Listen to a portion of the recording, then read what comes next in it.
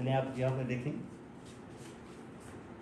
कि इस वक्त लास्ट टाइम मैंने आपको बताया कि डायनसेफ्लॉन के अराउंड जो है वो वाइट मैटर है, उसमें 3 डिफरेंट टाइप्स के फाइबर्स हैं और उन 3 डिफरेंट टाइप का फाइबर्स सिर्फ फाइबर्स ही नहीं है, उन फाइबर्स के बीचों बीच कुछ ग्रे के टुकड़े भी हैं जिनको हम बेजल न्यूक्लिया कहते हैं। वो नहीं कि एक लेयर में, ये बिल्कुल एक करीब है, वो गैप छोड़ के एक और है, फिर गैप छोड़ के एक और है, तो ये काफ़ी कुछ आगे भी हैं, फ्रंटल लोब की तरफ भी हैं, तो काफ़ी ग्रे के टुकड़े भी हैं। और सिर्फ ये ग्रे के टुकड़े और वाइट ही नहीं है, उसके बीचों बीच कैविटी भी है और कैविटी को लाइन कर रहा है एपेंडाइमा, एपिथेलियम, उसके कैविटी के अंदर मौजूद है फिर CSF। एक्चुअली वो सीक्रेट ही वहाँ से हो रहा है, सिंथेसाइज ही उसके वाल से हो रहा है और उसको हम कहते हैं लेटरल वेंट्रिकल। और हर लोब का अपना एक हॉर्न, अपना एक पार्ट होता है। फ्रंटल का एंटीरियर हॉर्न है, तो पैराइटल का बॉडी है, असल बॉडी थी, उसके हॉर्न्स निकले हुए। पोस्टीरियर जो है ऑक्सीपिटल में जा रहा है और इंफीरियर जो है वो टेम्पोरल में जा रहा है, ये इसके हॉर्न्स है। तो इसका मकसद है कि अगर मेरा किसी कैविटी के अंदर मेरा हाथ होगा ना अगर, तो इट इज़ लाइंड बाय एपेंडाइमा दो, but if actually I am pressing upon the floor or lateral wall or medial wall of the ventricle walls, अगर मैं फील करूँगा ना, तो वहाँ मुझे वाइट मैटर ही मिलेगा ज़ाहिर है। लेकिन वो वाइट मैटर सिर्फ वाइट नहीं होगा, उसके अंदर भी ग्रे के टुकड़े भी पड़े होंगे। तो मैं अगर फ्लोर में थे अंदर हाथ डालूंगा ना, तो मुझे फ्लोर थोड़ा सा सख्त सा फील होगा, क्योंकि उसमें पड़ा है क्या, सिर्फ वाइट ही नहीं, और वाइट के बीच में जो आपका बेजल न्यूक्लियस पड़ा हुआ है। तो लाइक वाइज इस तरीके से यहाँ पर है। इनको फिर बाद में देखेंगे, लेकिन ये सारी जो चीज़ें मैंने आपको बताई, इनके ऊपर मैं चढ़ा रहा हूँ वो ब्लैंकेट जिसका नाम कार्टेक्स। और वो जो कार्टेक्स है, क्योंकि ये जो वाइट मैटर है या इसके बेजल न्यूक्लियस, उसके अंदर वेंट्रिकल है, ये तो अपनी हद में है, जितना नज़र आता है हमें ब्रेन। लेकिन मैं जब उसके ऊपर कंबल डालता हूँ तो उसे 3 गुना ज़्यादा बड़ा है, और मैं चाहता हूँ कि उसको उसी लेवल तक, उसी साइज में ले आऊँ। तो मैं काटूंगा तो नहीं, मैं उसको फोल्ड कर दूंगा। तो वो जो कार्टेक्स भले आपको लगे कि ये इतनी बड़ी थी, उसको मैं इतना कर रहा हूँ, तो कैसे करूँगा, फोल्ड करूँगा। इतना बड़ा कंबल है, मैं सूटकेस में डालना चाहता हूँ, क्या करूँगा, उसको तय करूँगा, उसके बाद फोल्ड करके अंदर डाल दूंगा, तो उसके अंदर क्रीजेस पड़ जाएंगे, रिंकल्स आ जाएंगे उसके अंदर। सेम चीज़ इसमें भी है। ये जो आपको यहाँ नजर आ रहा है ना, ये मैं सिर्फ एक बात कर रहा हूँ, सिर्फ एक सेरिब्रल हेमिस्फीयर की, दूसरा वैसे ही करेगा। और ये दोनों सेरिब्रल हेमिस्फीयर यहाँ होंगे, और इन सेरिब्रल हेमिस्फीयर को आपस में जो कनेक्ट करेगा ना, वो कमीशर्स होंगे, क्योंकि आपको पता है वाइट फाइबर्स ही कम्युनिकेट करेंगे ना, इधर से आएंगे, इधर से आएंगे, यहाँ होगा, तो आप दोनों सेरिब्रल हेमिस्फीयर को अलग कर नहीं सकते। और इनको आपस में मिलाने वाला कौन होगा, कमीशरल फाइबर्स। वो नहीं, एसोसिएशन नहीं, एसोसिएशन तो सेम साइड पे होते हैं। और प्रोजेक्शन भी नहीं, क्योंकि प्रोजेक्शन तो नीचे से क्रॉस होकर यहाँ आ गए, यहाँ आ गए, तो जिस थैलेमस में जाते हैं उसी सेरिब्रम में जाते हैं। ये तो क्रॉस भी नहीं करते। इसका मकसद ये है कि जो क्रॉस करेंगे वही दरअसल इनको जोड़ेंगे। और सबसे बड़ा जो कम्युनिकेशन है, सबसे बड़ा जो कमीशर है जो इनको जोड़ के रखता है, वो कार्पस कैलोज़म। अगर आप चाहें ना कि मैं दोनों सेरिब्रल हेमिस्फीयर को अलग कर दूं, तो आप इसके बीच में आप छुरी डाल दें, वो चलती जाएगी। यहाँ ये थोड़ी जुदा है, ऊपर से थोड़ी जुदा है। ये आपको पता है ना कि ये आपका जो डायनसेफ्लॉन यहाँ है, वो कार्पस कैलोज़म इससे थोड़ा ऊपर है। इसका मकसद है कि इसके टॉप से लेके कार्पस कैलोज़म के टॉप तक आप छुरी आराम से चली जाएगी। ये फिशर है, इसको हम कहते हैं मीडियन फिशर। समझ गए, ये मीडियन फिशर है। इसमें आप हाथ डाल दें अंदर, लेकिन आपका हाथ कहाँ जाके रुकेगा, top of the superior surface of corpus callosum पे रुकेगा आपका, इससे नीचे नहीं जा सकते। हाँ, उसके इसको काटेंगे तो कार्पस कैलोज़म कट जाएगा, और काटेंगे तो फिर इससे नीचे फिर आपका डायनसेफ्लॉन हो जाएगा। फिर तो डायनसेफ्लॉन को 2 आधों में काट दो, इससे वो भी बायलेटरली तो है, फिर आपका ऐसे आ जाएगा। फिर आप मीडियल सरफेस पूरा देख पाओगे। ये इस वक्त आप यहाँ पर क्या देख रहे हैं, सुपीरियर सरफेस देख रहे हैं सेरिब्रम का। 2 हेमिस्फीयर सामने से नजर आ रहे हैं, ये वो सुपीरियर सरफेस है। सुपीरियर सरफेस अभी ये सुपीरियर है, लेकिन जब वो brain stem, spinal cord, diencephalon सीधे थे ना 180 डिग्री पे, तो सेरिब्रम भी सीधा था ऐसे। ये बाद में ऐसे जो चलता जाता तो हमारी स्कल ऐसे हो जाती। तो नेचर ने क्या किया, इसको हॉरिजॉन्टल बनाया। बाकियों को तो रहने दिया 180 पर ही, पूरा स्पाइनल कार्ड चारों हिस्से, तीनों से ब्रेन स्टेम के, और ऊपर डायनसेफ्लॉन, इसको 180 पर रहने दिया। सेरिब्रम को ऐसे कर दिया, तो वो आगे बढ़ा है। तो आगे से हमारा हॉरिजॉन्टल एरिया भी कवर हुआ है। और ऐसा करने से तो डायनसेफ्लॉन भी ऐसे हो गया, वरना वो ऐसे था। तो डायनसेफ्लॉन का कौन सा ऐसा अब ब्रेन स्टेम के साथ कंटिन्यूस होगा, पोस्टीरियर वाला ऐसा। और ये सेरिब्रम है तो वो सेरिब्रम का जो पीछे वाला सरफेस है, बैक सरफेस, जिसको डार्सल सरफेस कहते हैं, अब कैसे हो गया है? सुपीरियर हो गया। जैसे तुम्हारा फुट का डार्सम है तो डार्सम, वो डार्सम को पोस्टीरियर कहते हैं। क्या फुट का डार्सम पोस्टीरियर है क्या? सुपीरियर है, तो ये सुपीरियर है, तो इसको डार्सल सरफेस भी कहते हैं। ये dorsal surface without any border lateral side पे भी आ जाता है, बॉर्डर तो नहीं है यहाँ, लेटरल साइड से आते आगे क्या आ जाएगा, वो टेम्पोरल लोब वगैरह, तो इसको पूरे सरफेस को मिला के हम डार्सोलेटरल सरफेस भी कहते हैं। ये है सुपीरियर, है सुपीरियर। मतलब प्राइटल कहाँ पे आएगा? प्राइटल लोब आता हूँ मैं इसको, प्राइटल लोब को हम इसी डार्सोलेटरल सरफेस को हम 4 लोब्स में तकसीम करेंगे। कैसे तकसीम करेंगे? क्योंकि ये जो कार्टेक्स है हमारा फोल्डेड है ना, और फोल्ड की वजह से हमें बीच में क्या मिलती है? फिशर्स मिलते हैं, लेकिन फिशर की जगह थोड़ी होती है कि इतनी मैं फिशर बनाऊंगा, मैं जो उसको ऐसे कंप्रेस कर दूंगा तो मुझे ऊपर से सल्काएं मिलेगी सिर्फ। हालांकि होंगे फिशर, लेकिन जगह ही नहीं है, वो फोल्डिंग हमने की इसलिए तो है, तो जगह ही नहीं है, फिर हम इसे कैसे खुले खुले रखेंगे ऐसे, तो इस तरीके से ऐसे कंप्रेस हो जाएगा, तो ऊपर से तुम्हें सल्कस मिलेगी। ये मेजर 3 सल्काएं होंगी यहाँ पर, जिसकी वजह से हमारा ये पूरा dorsolateral surface of your cerebrum will be divided into the 4 lobes. ठीक है ना? ये इस वक्त तुम्हें सिर्फ सुपीरियर मिल रहा है, थोड़ा सा हम लेटरल साइड पे आ जाते हैं, लेकिन ये वाला सरफेस और लेटरल साइड वाला सरफेस में कोई बॉर्डर नहीं है, इसको हम पूरे को मिला के बोलते हैं डार्सोलेटरल सरफेस। सुपीरियोलेटरल भी बोल सकते हो, लेकिन डार्सोलेटरल बोल देते हैं। एंटीरियर कुछ भी, हाँ एंटीरियर कुछ भी नहीं, ये पूरा है ना, जैसे इसको पूरे को डार्सोलेटरल से, इसको डार्सोलेटरल सरफेस कहते हैं। उसमें आगे वाला होगा, वही पीछे वाला होगा, ये हो सकता है, लेकिन ये पूरा सरफेस कहलाएगा डार्सोलेटरल सरफेस। और उसके बाद जैसे हम इंफीरियर चले जाएंगे वो तो होगा ही, लेकिन यहाँ से इस फिशर से, ये जो फिशर है यहाँ अंदर हाथ डाल देंगे ना अपन, तो अंदर जो आपका हाथ लगेगा ना वो मीडियल सरफेस पे लगेगा, तो ये दोनों मीडियल सरफेस एक दूसरे को फेस टू फेस होंगे ऐसे, लेकिन टच नहीं कर रहे होंगे, कर भी रहे होंगे चलो, लेकिन यह है कि इतनी गैप होगी, इसके बीच में पेपर डाल दो अंदर, लेकिन पेपर आपका रुक जाएगा किधर जाके? कार्पस कैलोज़म पर। ये जो नजर आ रहा है ना ब्लैक कलर का, ये क्या है? ये कमीजरल फाइबर्स हैं, इससे नीचे तुम्हारा पेपर नहीं जाएगा। देखिए यहाँ से ये सुपीरियर है, मैं इसको लेटरल साइड से आ जाऊँ, लेटरल साइड से आऊँगा तो फिर तो एक ही लोब देखेंगे आप, वो ये लेटरल साइड से आ गया, और ये सुपीरियर साइड दोनों की देख रहे हो, ये लेटरल साइड है। अब इस लेटरल साइड में यहाँ तो है, लेकिन ये इसका जो बॉर्डर है कहाँ मौजूद है? सुपीरियर पर। इस बॉर्डर से मैं अगर थोड़ा अंदर चला जाऊं तो कौन सा बॉर्डर और कौन सा सरफेस आएगा? Medial surface. इसलिए इसको हम सुपीरियर मीडियल बॉर्डर भी कहते हैं। That border actually separate the superior surface from, और जो सुपीरियर है वो दरअसल डार्सल भी है, और जो डार्सल है वो किसी जमाने में पोस्टीरियर था, अब नहीं रहा पोस्टीरियर, जैसे फुट था हमारा। तो ये आपको सुपीरियर मीडियल बॉर्डर नजर आएगा यहाँ पर। इसके बाद यहाँ से और उसको मीडियल में जाना चाहें, ये देख लो मीडियल आ गया, और मीडियल आ गए, तो मीडियल में अब क्यों नजर आ रहा है मीडियल आपको? क्योंकि आपने पूरा काटा है इसको सजा डिसेक्शन से, तो आपका क्या कट गया? कार्पस कैलोज़म नजर आ रहा है। सिर्फ कार्पस कैलोज़म नजर आ रहा है कि डायंसेफ्लॉन भी 2 टुकड़ों में बट गया है, तो ये डायंसेफ्लॉन 2 टुकड़ों में, और ये भी अंदर से आप देख रहे हैं क्या? Medial surface of lower lobe जो है, टेम्पोरल लोब, और ये ऊपर देख रहे हैं ये मीडियल सरफेस पूरे इस सेरिब्रम का। और इस सेरिब्रम के अंदर आप ये देखिए, ये फोल्डिंग्स हैं, ये फोल्डिंग्स, और जो फोल्डिंग है तो ये जो गैप है ना यहाँ पर, ये ऊपर आपको सिर्फ निशान के तौर पे ऐसे मिलेगी, ऐसे ऐसे लाइन के तौर पे मिलेगी ऐसे, वरना ऐसे खोलेंगे तो ठीक ठाक अंदर आपका हाथ चला जाएगा, इसमें पेपर डाल सकते हैं। इसका मकसद ये है कि अगर मैं यहाँ ऐसे बनाऊँ कि मेरी कार्टेक्स, ये अगर कार्टेक्स पूरे बोर्ड पर साइज की होती तो इस पर तो आ ही नहीं सकती थी, फिर हमने क्या किया? इसको फोल्ड किया, यानी ये अगर इतनी थी तो इसको हमने ऐसे लिया, इतने में आ गए, ये कौन फोल्ड हुआ है? कार्टेक्स फोल्ड हुआ। तो ये जो अंदर चला गया, ये है तो फिशर ना, लेकिन ये ऐसे फिशर नहीं रहेगा, ये इसके ऐसे बांध देंगे, ऐसे हो जाएगा। तो इसका मकसद है कि ये क्या आ गई? सल्कस। तो that will become sulcus.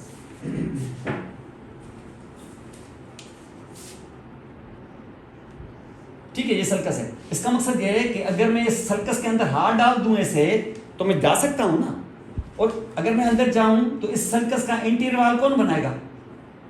Cortex. Posterior वाल, फ्लोर, रूफ होगा ही नहीं। तो इसका मकसद है कि सल्कस के अंदर ये कार्टेक्स भी कोई काम करती होगी, ये कार्टेक्स भी कोई काम करती होगी, फ्लोर भी कोई काम करता होगा। अगर मैं इस कार्टेक्स तक पहुंचना चाहूं तो मैं अगर सल्कस का नाम डाल दूं, कोई भी सल्कस अगर मैं नाम डाल दूं इसका, कैल्क्राइन सल्कस, चलो और इस कार्टेक्स का काम हो विजुअल, इसका काम हो कि वो थैलेमस से विजुअल सिग्नल्स ले, तो ये मुझे विजन का काम करवाएगी, ठीक है ना। तो अगर मैं इस सर्कस का नाम डालूं कैल्क्राइन सर्कस, तो मैं लिख सकता हूं ना कि कैल्क्राइन सर्कस विजन के लिए है। The cortex for the visual purpose, the visual cortex is present in calcarine sulcus. तो जो कैल्क्राइन सर्कस मुझे पता होगा, मैं फौरन वहां हाथ लगाऊंगा कि यहाँ है मेरी विजुअल एरिया, एड्रेस आसान हो जाएगा ना। अगर पाकिस्तान में लेटर आ जाए फॉर एग्जांपल कि भाई मिस फरियाल को ये लेटर मिलना है, क्या पाकिस्तान में लेटर आ जाएगा, आपको मिल जाएगा क्या? नहीं, आपको बाकायदा वहाँ एड्रेस लिखी हुई होनी चाहिए, घर की पता, ये वो, ये पाकिस्तान, ये सिंध, ये हैदराबाद, ये इसरा विलेज, तो फलां, ये घर का नंबर फलां है, तब जाके आपको लेटर मिलेगा।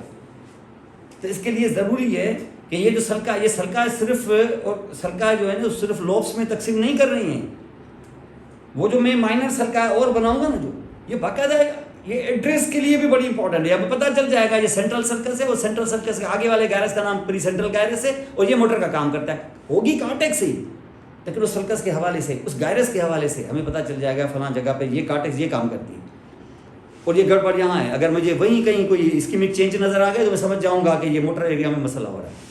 और यहाँ पर अगर ये है तो इसका मकसद है कि ये सर्कस है, तो आगे फिर एक और सर्कस नहीं होगी क्या? एक और होगी, एक और होगी, लेकिन दो सर्कस के बीच में जो उभरी हुई होगी ये भी क्या होगी?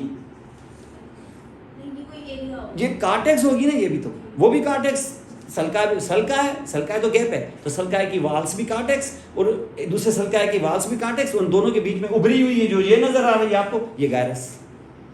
ये नाम इनके, और इन गायरस के अपने हिसाब से नाम होंगे बाकायदा, और नाम के हिसाब से उनकी फंक्शनल एरिया होगी। फंक्शनल एरिया ही नहीं बल्कि उसके साथ साथ उन फंक्शनल एरिया के अपने नंबर्स भी होते हैं बिहाइंड। वो जो नंबर दिए हुए हैं एक साइंटिस्ट के नाम पर हैं, उसका नाम है ब्रॉडमन। जो बड़े बड़े सर्जन्स होते हैं ना, सर्जिकल जो ख़ास तौर पे जो सेरिब्रम के और इनके सर्जन्स होते हैं, ये इन एरियाज़ को नामों से नहीं पुकारते, नंबरों से पुकारते। यार वो 17 नंबर एरिया में मसला है, वो जो एरिया नंबर 312 है ना, उसमें प्रॉब्लम, वो छठी एरिया में प्रॉब्लम, वो ऐसे बोलते हैं, इनसाइडर ऐसे बोलते हैं। मिसाल दे दें ना आप, जैसे रेलवे स्टेशन होता है ना, ट्रेन होती है ना, जैसे हम बाहर आउटसाइडर जो पैसेंजर है वो तो ऐसे बोलते हैं ना, भाई शालीमार एक्सप्रेस, नाइट कोच, फलां। जब आप जाएंगे ना उधर प्लेटफॉर्म पे, तो वहाँ के जो मुलाजिम होते हैं ना, या वहाँ का स्टेशन मास्टर होगा, टीटी होगा, ये वो शालीमार एक्सप्रेस को शालीमार एक्सप्रेस नहीं बोलता है। आपको पता है वो क्या बोलते हैं? 33 डाउन, 12 अप, ये नाम होते हैं उनके। ये एक्चुअली नंबरों से पुकारते हैं उनको, उनके नंबर होते हैं, ऑफिशियल नंबर होते हैं। ये इनसाइडर होते हैं ना, इसलिए आप किसी सॉफ्टवेयर इंजीनियर के साथ बैठेंगे ना, उसकी लैंग्वेज कंप्यूटर के बारे में डिफरेंट होगी।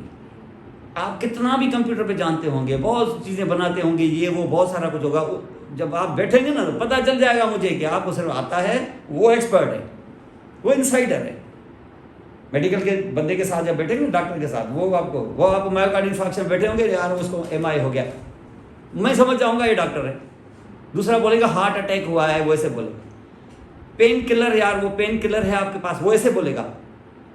डॉक्टर जो होगा वो बोलेगा एनर्जेसिक आम आदमी नहीं बोलेगा, वो पेन किलर बोलेगा उसको। बेहोशी वाली दवा ऐसे आम आदमी से बोलेगा, डॉक्टर से नहीं बोलेगा। डॉक्टर बोलेगा एनेस्थेटिक, वो एनेस्थेटिक ड्रग बोलेगा। एंटी एपिलेप्टिक वो बोलेगा, आम आदमी बोलेगा मिर्गी, झटका, ऐसे इस किस्म के नाम वो बोलेगा, एपिलेप्सी वो अलग। तो आपको वहीं पता चल जाएगा कि ये उस फील्ड का आदमी है। तो जो फील्ड के आदमी होते हैं ना, उनका एटीट्यूड बिल्कुल डिफरेंट होता है, पता चल जाता है कि फलां चीज़। आम आदमी होगा ना, वो एनाटॉमी ऐसे बोलेगा, वो जो अंदर एनाटॉमी का होगा वो एनाटॉमी बोलेगा, दिस लाइक दिस वन। तो आपको वैसे ही आपको पता चल जाएगा। तो यहाँ पर भी ये नंबर भी कभी कभी इंपॉर्टेंट होते हैं, सबके नहीं, 7, 8, 9 एरियाज बड़ी इंपॉर्टेंट है जिनके नंबर एक अच्छे स्टूडेंट को आना चाहिए। नहीं भी है तो ठीक है, कोई मसला नहीं, लेकिन यह है कि आने चाहिए। तो जहाँ पर इन चीज़ों को अब हम ये देखने जा रहे हैं। अब यहाँ पर अगर ऐसा करोगे ना तो फिर इन्फीरियर सरफेस पे भी कुछ देख सकते हो। ये देखिए यहाँ से, ये इन्फीरियर सरफेस ऐसे नीचे करके देखा है। वेंट्रल सरफेस भी बोल सकते हो इन्फीरियर को। जब आप सुपीरियर को डार्सल बोल रहे हो तो इसको वेंट्रल सरफेस बोल सकते हो। तो ये आप यहाँ से देख रहे हो। यहाँ से हमने क्या काटा है? मिड ब्रेन काटा है। यहाँ से ये देखिए मिड ब्रेन है, ये सेरिब्रल एक्वेडक्ट है, और ये सेरिब्रल एक्वेडक्ट है। और आगे से यहाँ देख रहे हैं ये क्रस सेरिब्री वगैरह, ये सबसेंट्रल नेग्रा, ये मिड ब्रेन काटा है यहाँ से, क्योंकि मिड ब्रेन ही कंटिन्यूस होता है किसके साथ? डायनसेफलॉन के साथ। तो ये आपको जहाँ डायनसेफलॉन नजर आ रहा है, ये आपका इन्फीरियर सरफेस ऑफ डायनसेफलॉन ये नजर आ रही है आपको। ये आपके क्याज़मा या ऑल्फैक्टरी नर्व वगैरह, ये इन्फीरियर सरफेस है। यानी ये फ्रंटल लोब। इंफीरियर सरफेस पर, मीडियल सरफेस पर सल्का गायरा इतने क्लियर नहीं होते, असल सल्का गायरा उसके सुपीरियर लेटरल सरफेस पर होते हैं। इसलिए पहले हम वहाँ जाते हैं। अब यहाँ से आप देखिए, ये यहाँ सेम आपको वही चीज़ आपको दिखाई दे रही है। कौन सा सरफेस है? Superior lateral surface. Superior lateral surface पे ये वाला, अब ये जो सबसे आगे वाला एरिया है ना, इसको ये फ्रंटल, यहाँ से ये इस जगह पर आके क्या हो जाता है, खत्म हो जाता है ना यहाँ पर, इसको कहते हैं फ्रंटल पोल। ये पीछे खत्म हो जाता है तो उसको बोलते हैं ऑक्सीपिटल पोल। यहाँ खत्म हो जाता है तो उसको बोलते हैं टेम्पोरल पोल। पैराइटल पोल होता ही नहीं है क्योंकि उसका खात्मा होता ही नहीं। ये आगे फ्रंटल के साथ कंटिन्यूस, पीछे ऑक्सीपिटल के साथ, नीचे टेम्पोरल के साथ, तो इसकी एक्सट्रीमिटीज एंड्स होती नहीं। ये 3 पोल्स होते हैं, ठीक है। और ये 3 पोल, और ये जो सरफेस देख रहे हैं सुपीरियर लेटरल सरफेस है। अब सुपीरियर लेटरल सरफेस पर आप यहाँ पे देखें कि सुपीरियर, लेटरल सरफेस होगा। हाँ, डार्सोलेटरल, जिसका नाम है डार्सोलेटरल सरफेस, ये डार्सोलेटरल सरफेस। अब डार्सोलेटरल सरफेस पर ये चीज क्या है? सुपीरियर मीडियल बॉर्डर, क्योंकि इस बॉर्डर से मैं छलांग लगा उधर जाऊंगा तो मीडियल सरफेस होगा। इस सुपीरियर मीडियल बॉर्डर पर जहां आपको सीधी लाइन रखोगे ना, सीधा प्लेन रखोगे ना, हॉरिजॉन्टल बिल्कुल ऐसे, जो पॉइंट इसको टच करे सबसे पहले वो हाईएस्ट पॉइंट होगी। तो वो जो हाईएस्ट पॉइंट है ना इसका, जब मैं यहाँ रखूंगा ना इसको ऐसे, तो हाईएस्ट पॉइंट से थोड़ा पीछे जाएंगे ना अगर आप, किस पे ट्रेवल करते हुए, सुपीरियर मीडियल बॉर्डर पे टच को ट्रेवल करते हुए जब जाएंगे ना, तो यहां पर आपको एक डिप्रेशन मिलेगी ऐसे कर। इस डिप्रेशन को हम कहते हैं सल्कस। और वो ये सल्कस जो है ना, ये सल्कस मीडियल सरफेस पे भी थोड़ा जाएगी 10%, लेकिन सुपीरियर लेटरल सरफेस पे तो ये इतनी जाएगी, यहां तक आ जाएगी। इस सल्कस का नाम है सेंट्रल सल्कस। सबसे बड़ी सल्कस ये है, मेजर सल्कस। इसका नाम क्या है? Central sulcus. एक तो ये, दूसरी ये है जो ये सर यहाँ है कि ये मीडियल सरफेस पे भी जाएगी, तो मीडियल सरफेस पे भी थोड़ा दिखा देता हूँ, चलो इसको। ये मीडियल सरफेस पे भी यहाँ आ गई है, लेकिन कितनी? थोड़ी सी 10% से भी कम। लेकिन असल कहाँ? असल किधर है? सुपीरियर लेटरल सरफेस पे, यहाँ थोड़ी सी। तो ये सेंट्रल सर्कस है। एक तो ये, फिर आप नीचे आएंगे ना यहाँ पर, तो आपको एक अंदर यूँ समझ लो कि यहाँ आप अपनी अंदर लिटिल फिंगर ऐसे डाल सकते हो। इसको फिशर कहते हैं, ये जैसे फिशर है। इस फिशर का नाम है सिल्वियन फिशर। इस सिल्वियन फिशर से 3 सल्का ऐसे बाहर निकलती हैं, फाउंटेन की तरह, ये फुहारा निकलता है ना ऐसे, वो ऐसे एक सल्कस पीछे जाती है ऐसे, 2 सल्काएं आगे आती हैं,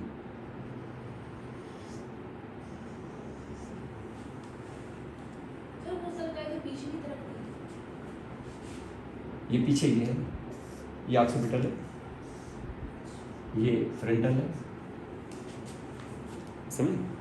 तो ये कितनी, ये फिशर है आपका, उंगली अंदर लिटिल फिंगर अंदर जाएगा, इसे खोल सकते हैं। ये सुपीरियर लेटरल, ये ब्रेन का पोस्टीरियर व्यू दिखा। नहीं, ब्रेन का पोस्टीरियर नहीं है, ये ब्रेन का सुपीरियर लेटरल सरफेस है, ये वाला डार्सोलेटरल सरफेस है। डार्सोलेटरल सरफेस का ये फ्रंट है, ये बैक है, ये ऐसे पड़ा हुआ है, लाइक दिस आल्सो, देखिए ऐसे।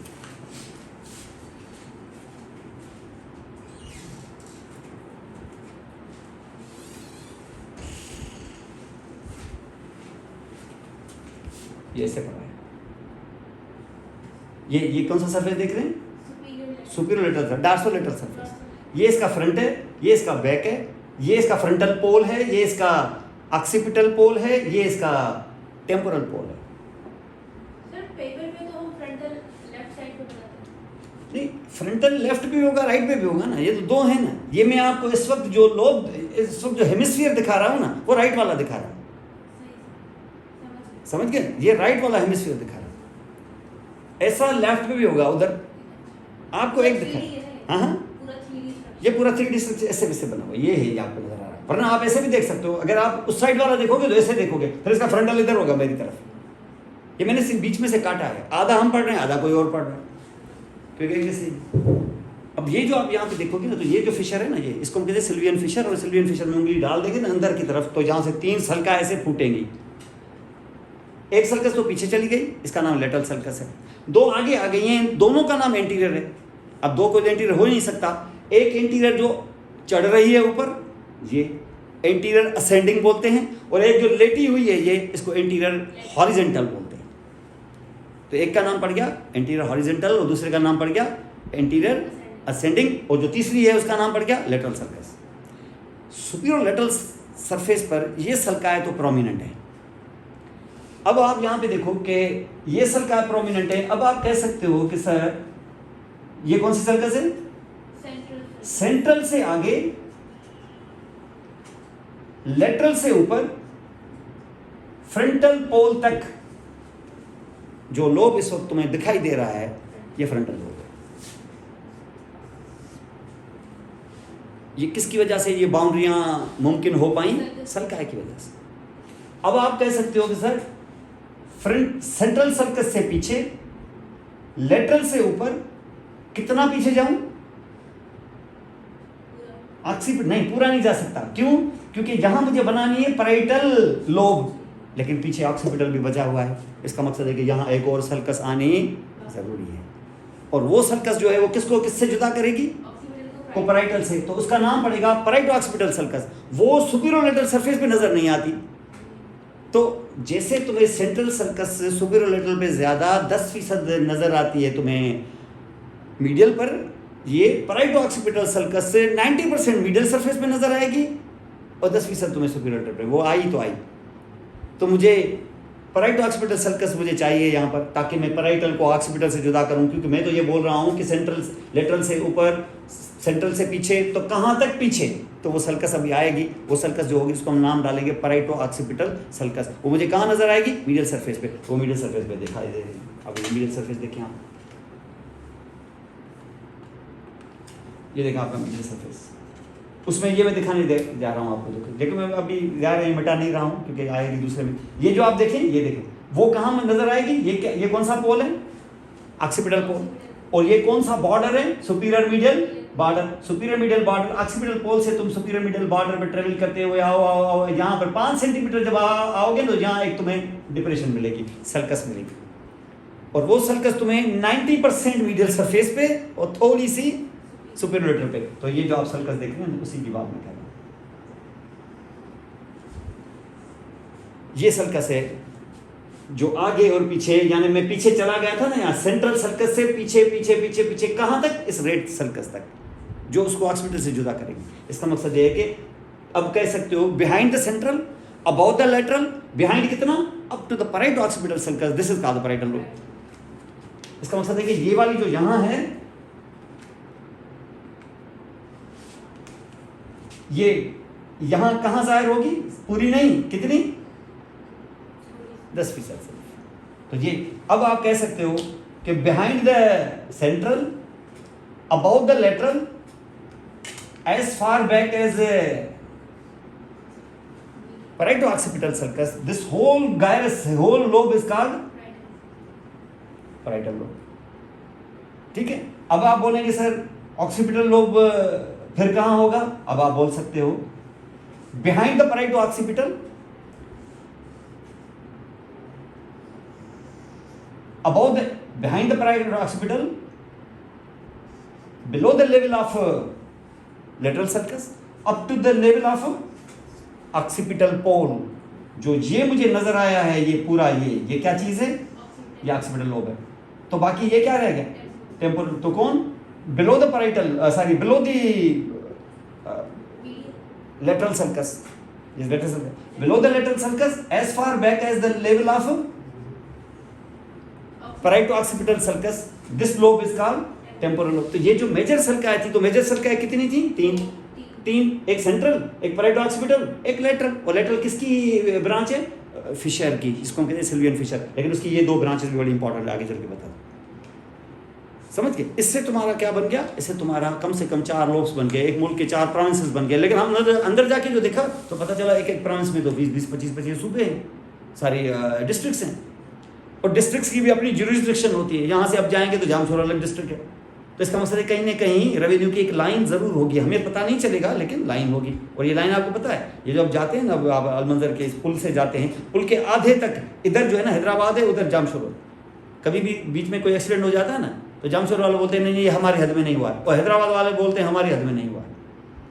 और इनको पता होता है कि इनमें जो दरवाज़ा होगा ना 26वां या 22वां दरवाज़ा, इस पर लाइन खिंची हुई नहीं है, लेकिन इनको पता ज़रूर होगा कि इस पर 22वें दरवाजे के लाइन पर इधर जामशुर है, इधर जो है ना, इनको पता होता है। लोगों को पता नहीं होता ना, इसलिए उठाते ही नहीं है। वो नहीं बाबा ये हमारा नहीं है, कौन FIR काटे, कोई मथुमारी करे, वो तुम्हारे उस लाइन का है। तो यहाँ पर भी ये जो मेजर आपके जो लोब्स, आपको जो बड़े बड़े आपको इस वक्त जो लोब्स मिले हैं ना, इनके बीच में फिर और छोटी सल्काएँ भी होती हैं, और छोटी सल्काएँ इनको छोटे छोटे लोब्यूल्स में डिवाइड करती हैं। लोब्यूल्स तो नहीं कहते, उसको हम गायरा वगैरह कहते हैं। अब उनको आप देखा, मैं आपको थोड़ा सा समझाऊंगा।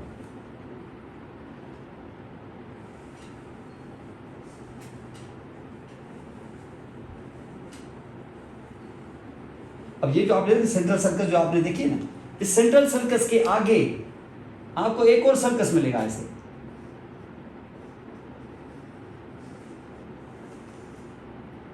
सेंट्रल के, तो इसको प्री सेंट्रल सर्कस कहते हैं। सॉरी, इसको नहीं, इसको क्या कहते हैं? सेंट्रल के आगे पीछे, तो प्री सेंट्रल सर्कस। और अगर ये प्री सेंट्रल सर्कस है, ये सेंट्रल सर्कस है, तो इस बीच में ये क्या खड़ा हो गया? गायरस। इसको प्री सेंट्रल गायरस कहते हैं। अंडरस्टैंड? ये प्री सेंट्रल गायरस है। उसके बाद क्या रह गया आगे? फ्रंटल लोब का बाकी हिस्सा था, तो ये भी फ्रंटल लोब ही, ये भी फ्रंटल लोब का बाकी हिस्सा। ये जो आपका, ये कौन सी सर्कस थी? Pre central sulcus. इस प्री सेंट्रल सर्कस से दो सल्काएं आगे और जाती हैं। दो सल्काएं जो जाती हैं, तो जो सुपीरियर वाली है, इसका नाम है सुपीरियर फ्रंटल सर्कस, और इसका नाम है इंफीरियर फ्रंटल सर्कस। इनकी वजह से 3 लोब्यूल्स डेवलप हो गए कि नहीं? इस 3 जो लोब्यूल्स हैं, इन लोब्यूल्स में जो सुपीरियर है, ये इसको हम कहते हैं सुपीरियर फ्रंटल गायरस भी बोलते हैं, इसको बोलते हैं मिडिल फ्रंटल गायरस, इसको बोलते हैं इंफीरियर फ्रंटल गायरस। समझ गए? ये इंफीरियर फ्रंटल गायरस, ये इस वक्त मैं कहाँ दिखा रहा हूँ तुम्हें? सुपीरियर लेटर डार्सोलेटरल सरफेस पे। यही चीज क्या inferior frontal gyrus inferior side पे नहीं आएगा क्या? वहाँ भी आएगा। क्या सिर्फ यहाँ होगा कि मिडिल साइड पे भी जाएगा? तो वहाँ भी चल के देखते हैं इसको।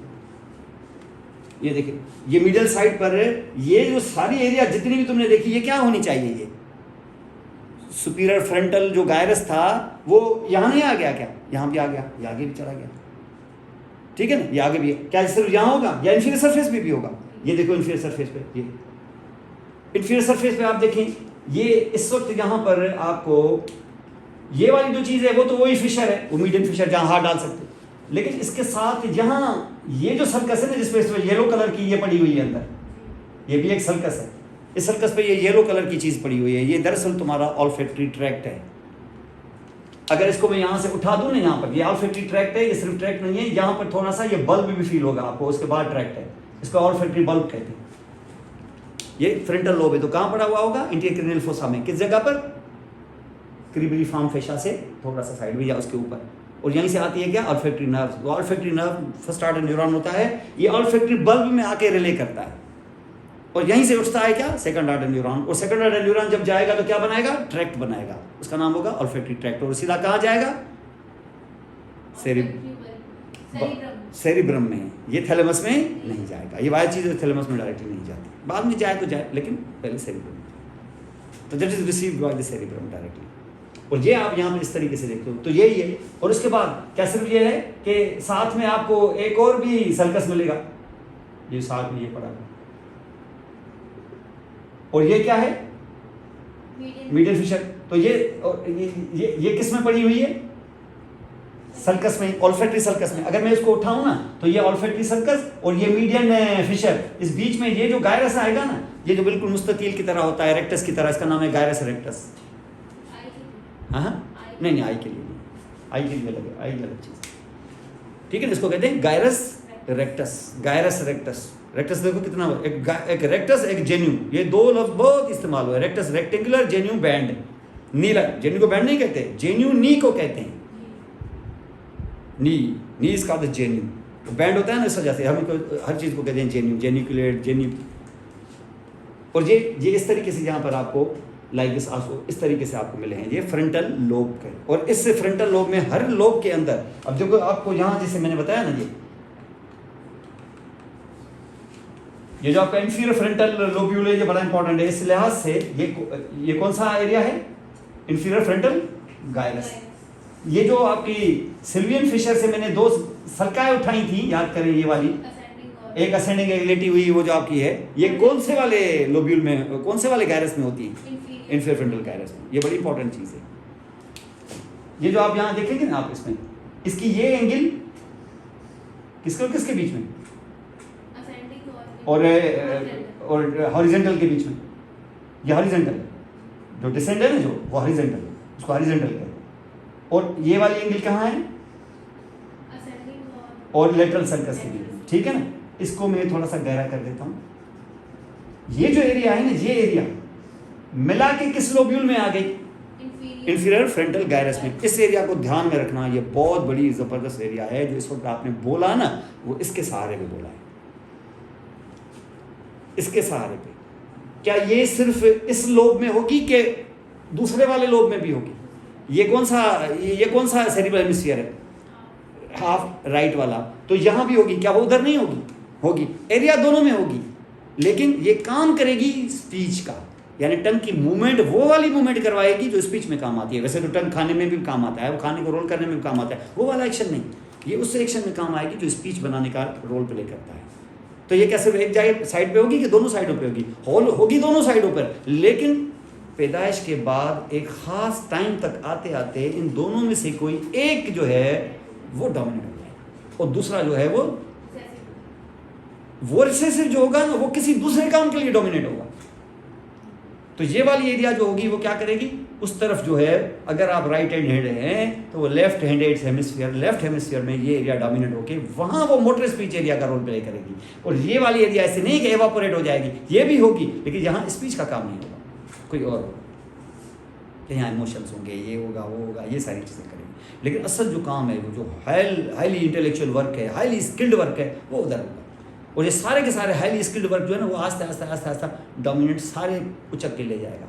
और यहाँ फिर काम होंगे इधर उधर के, वहाँ आई बॉल का स्ट्रक्चर पढ़ा जाएगा, और यहाँ फिर आँख को झील बोला जाएगा, झील जैसी आँखें तो फलां, ये तो वो। उधर हेयर फॉलिकल, सेबेशियस ग्लैंड्स और डर्मेटोलॉजी पढ़ी जाएगी, और यहाँ होगा घटा और फलां, और ये जुल्फ़ें तो फलां। ये ऐसा नहीं है कि ये भी किसी काम में डोमिनेट होता है ये, लेकिन इस किस्म के कामों में नेचर ने तो दोनों चीज़ें रखी हैं। ऐसे नहीं कि अल्लाह ताला ने यहाँ को फजूलियात रखी होंगी।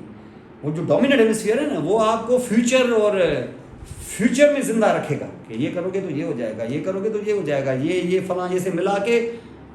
अगर आपको मूड हो जाएगा ना, मैं थोड़ा नेटफ्लिक्स पे थोड़ा सा एंटरटेन करके मैं 1 घंटा देख लूँगा, वो आपको बोलेगा ये क्या कर रहे हो, 60 मिनट्स तुम अपने ज़ाया करोगे, 60 मिनट में तुम ये कर सकते हो, दुनिया के ये लोग 60 मिनट में ये ईजाद करते हैं, फलां करते हैं, आपको नफरत हो जाएगी। आपको फिल्म के एफ से भी नफरत हो जाएगी। ये ऐसे आपको ऐसे बहकाएगा राइट वाला, वो जो डोमिनेट वाला, और लेफ्ट वाला कहेगा यार कुछ नहीं होता, चलो फिल्म देख के आते हैं, कोई मसला नहीं। वो तो इसका मतलब अल्लाह ताला ने बैलेंस रखा है। कहते हैं ना, middle path is the best path. इतना भी सोचोगे जो मुझे ये ऐसे करोगे तो ऐसे हो जाएगा, ऐसे करोगे तो वैसे हो जाएगा, और वैसे हो कि 10 साल बाद ये होगा, और 10 साल बाद तुम ही नहीं रहे तो वो हाल तुम्हारा, यानी वो फ्यूचर और पास्ट में तो मेरा आएगा, वो तुम्हें देखो वो पास्ट में ये हो गया था, अब तुम करोगे तो ये हो जाएगा, ये हो जाएगा, फलां 20 साल बाद इसके ये नताइज निकलेंगे। वो 20 साल मेरी ज़िंदगी में है, वो अगली सांस का पता नहीं है, वो करेगा, कोई मसला नहीं है, खेल के भी आ जाओ, कोई प्रॉब्लम नहीं है, तुम उठो ठीक है, मैच भी देख लो, कोई प्रॉब्लम। तो ये आपको बीच का रास्ता है। उधर ऐसा, अगर डोमिनेट हेमिस्फीयर में अगर किसी को मैथ नहीं आ रही है तो यकीन मानो ये हेमिस्फीयर इसका खासा डोमिनेट होगा। भाई ये नहीं आ रही है ना मैथ, तो सारे मैथमेटिशियन होते हैं क्या, सारे डॉक्टर ही बन जाएंगे क्या? इधर ले आओ उसको, म्यूजिक में, इधर में, खेल में, इस जगह भेजो। अभी देखी नहीं थी आपने तारे ज़मीन पर, वो डोमिनेट हेमिस्फीयर की तबाही थी उसकी। माँ बाप समझ रहे थे कि नालायक है, ये पढ़ ही नहीं रहा है, ये टाल रहा है, और उसका हल क्या था?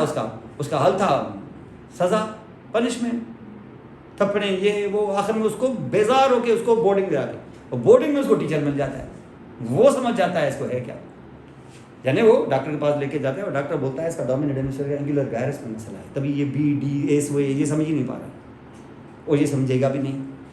ये हो गया डोमिनेट हेमिस्फीयर 10 साल में फिक्स हो जाते हैं, ये अब आप इसको ऊपर नीचे नहीं कर सकते। लेकिन ये नहीं है, ये जो नॉन डोमिनेट हेमिस्फीयर है ना, इससे क्यों नहीं काम लेते तुम?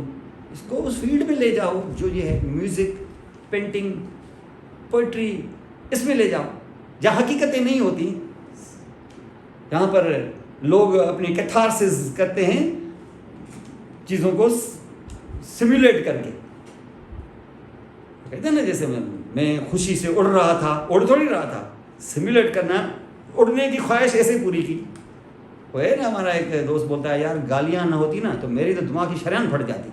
इसका मकसद है मैं कुछ किसी को कर नहीं पा रहा हूँ, मैं 4-6 बड़ी गंदी गालियाँ दे के मैं अपने आप को कैथारसिस मेरी हो जाती है।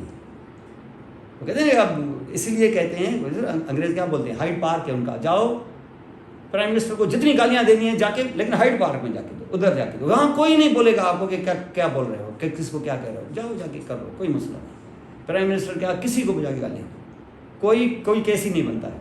यानी लोग अपनी कैथारसिस निकालें, जैसे ना जहाँ पर आपको कोई बोल ही नहीं सकता, डर के मारे किसी का वीडियो भी शेयर नहीं कर पा रहे हैं, कैसे ना डालन आके खड़ा हो जाए बाहर, वो पकड़ के न ले जाए।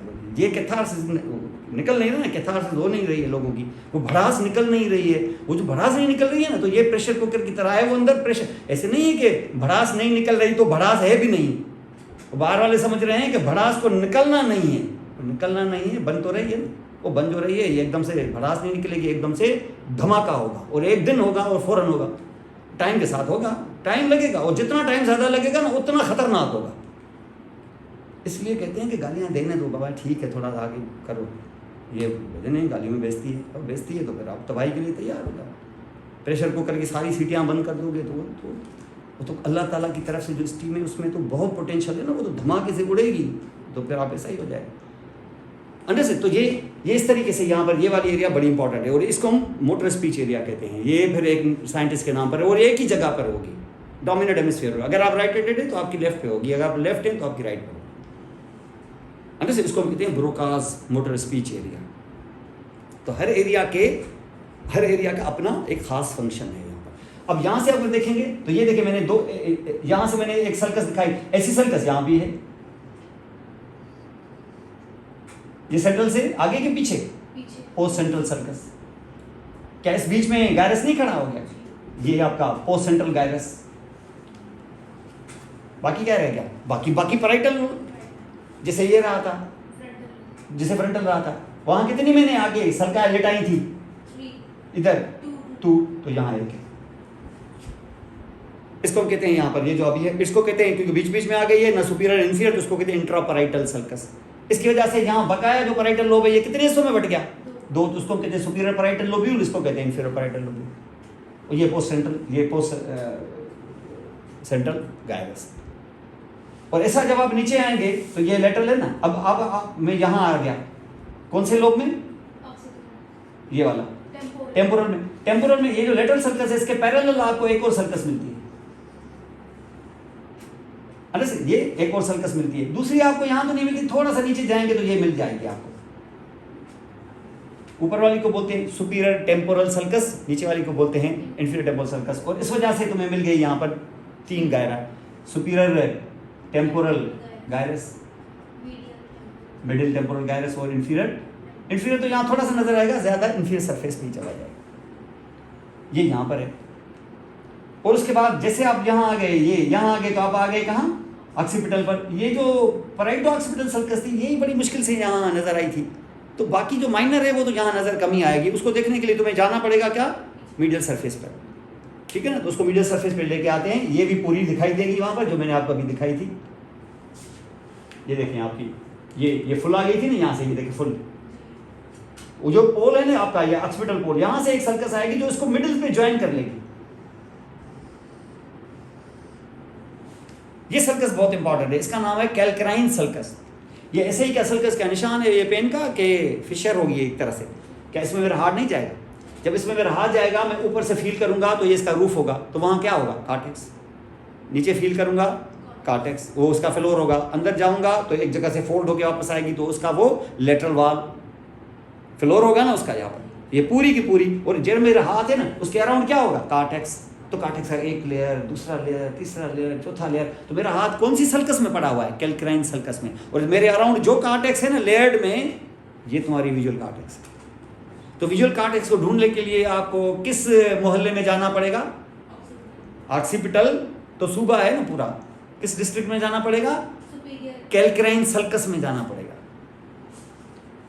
समझ गए ना, यानी समझ रहे कि आपको सिंध में आ गए, ऑक्सीपिटल आ गए और अंदर चले गए कहाँ, हैदराबाद डिस्ट्रिक्ट के अंदर, और वहाँ यहाँ मौजूद मिलेगा ये सारी चीज़। तो कैल्क्राइन सल्कस में मौजूद होती है विजुअल कॉर्टेक्स, और यही आता है आपका लेटरल जेनिकुलेट बॉडी से क्या, वो इंटरनल कैप्सूल के वो रेडिएशन। तो ये गायरस नहीं है? यहाँ गायरस नहीं है, गायरस हैं लेकिन उन गायरा में कोई और काम होते होंगे। विजुअल कॉर्टेक्स में सल्कस में मिलेगी, यहाँ तुम्हें मिलती ही नहीं है, तुम्हें गायरस में किसे बताऊँ। वैसे तो हैदराबाद के करीब जामशोरो भी है, लेकिन आप जामशोरो में नहीं रहते ना, तो आपके तरफ वो चीज़ आने के लिए तो मैं आपको हैदराबाद का पता लिखूंगा ना आपको, तो गायरस का नहीं पता लिखूंगा। हालांकि गायरस और इस सल्कस और गायर में कितनी देर है, लेकिन वो कॉर्टेक्स विजुअल का काम ही नहीं करता, तो मैं कैसे बता दूँ। स्पीच के लिए फ्रंटल गायरस था। फ्रंटल गायरस था, लेकिन फ्रंटल गायरस भी एग्जैक्टली किस जगह पे था। फ्रंटल गायरस तो अच्छा खासा है ना, इंफीरियर फ्रंटल गायरस आप वो भी बोल देंगे तो ठीक है, लेकिन असेंडिंग लेटरल सल्कस और एंटीरियर असेंडिंग के बीच वाला एरिया एंगल, और एंटीरियर असेंडिंग और हॉरिजॉन्टल के बीच वाली एंगल, ये देखें आप यहाँ से, ये एंगल, इस एंगल वाला मटेरियल और ये एंगल वाला मटेरियल दोनों मिला दूंगा ना मैं अगर, तो फिर ये है तुम्हारी, ये यकीनन है इंफीरियर फ्रंटल गायरस में, लेकिन इंफीरियर फ्रंटल पूरे में तो नहीं, उसके लोअर पोर्शन में है। किस जगह पर, अगर आप उसको लोकेट करना चाहें तो आप कर ले। अंडरस्टैंड। तो ये एरिया है जो आपको स्पीच के फंक्शन कराएगी, यानी यहाँ से जो ऑर्डर जाएगा ये सारे, तो ये सल्का है और गायरा हैं, इस हिसाब से ये डिवाइड होते हैं। अब इनको आप थोड़ा सा देखें, अब ये जो डिवाइड होते हैं तो हर एक सर्कस और गायरस का अपना फंक्शन है। हमें क्या करना है, हमें सबसे पहले उस फंक्शन, सबसे पहले इस एरिया का नाम बताना है, फिर बताना है कि एनाटॉमिकली वो किस गायरस या किस सल्कस में वो एरिया मौजूद है, फिर दिखाना है कि उस एरिया को एफरेंट्स कहाँ से मिलते हैं, और अगर मोटर है तो इसके इफरेंट्स क्या बनाते हैं, वो सेंसरी एरिया में कहाँ से इसके एफरेंट्स आते हैं और कैसे हमारी सेंसेशन होती है, और इसका कोई ब्रॉड नंबर भी कोई है अगर, तो नंबर तो सबके होते हैं, लेकिन 6, 8, 5 एरिया जैसी हैं जिनके ब्रॉड नंबर्स इंपॉर्टेंट होते हैं, अच्छे स्टूडेंट को आने चाहिए, समझ गए। तो ये आपको यहाँ से मिलेगा। अब इसी को लेके आप आगे बढ़ें।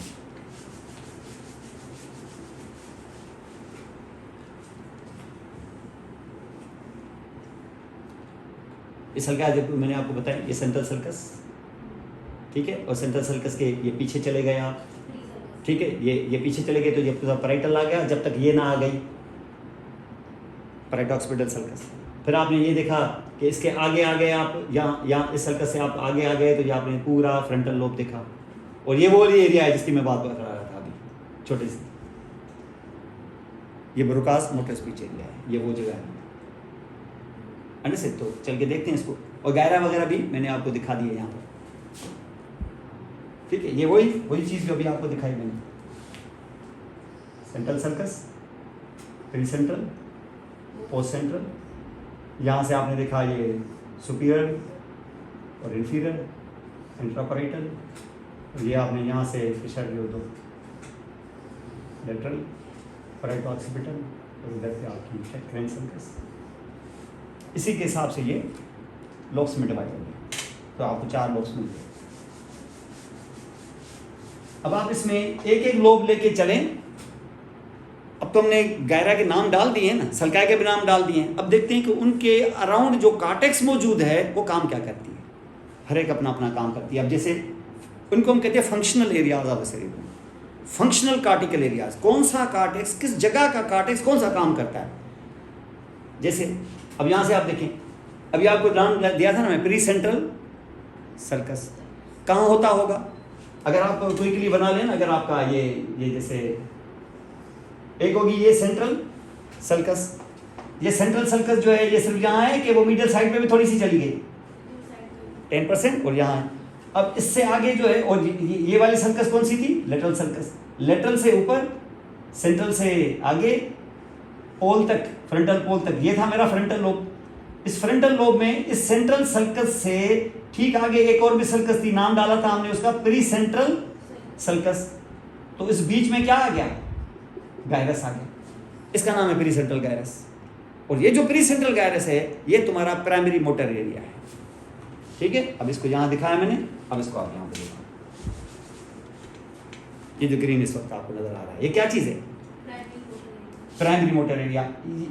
ये कौन सा सर्कस था, सेंट्रल सर्कस। ये कौन सा सर्कस है? Pre central sulcus. तो किस लोब में आ गया? फ्रंटल लोब में। ये जो ग्रीन एरिया सब दिखाई दे रही है ना आपको, ये प्राइमरी मोटर कॉर्टेक्स है।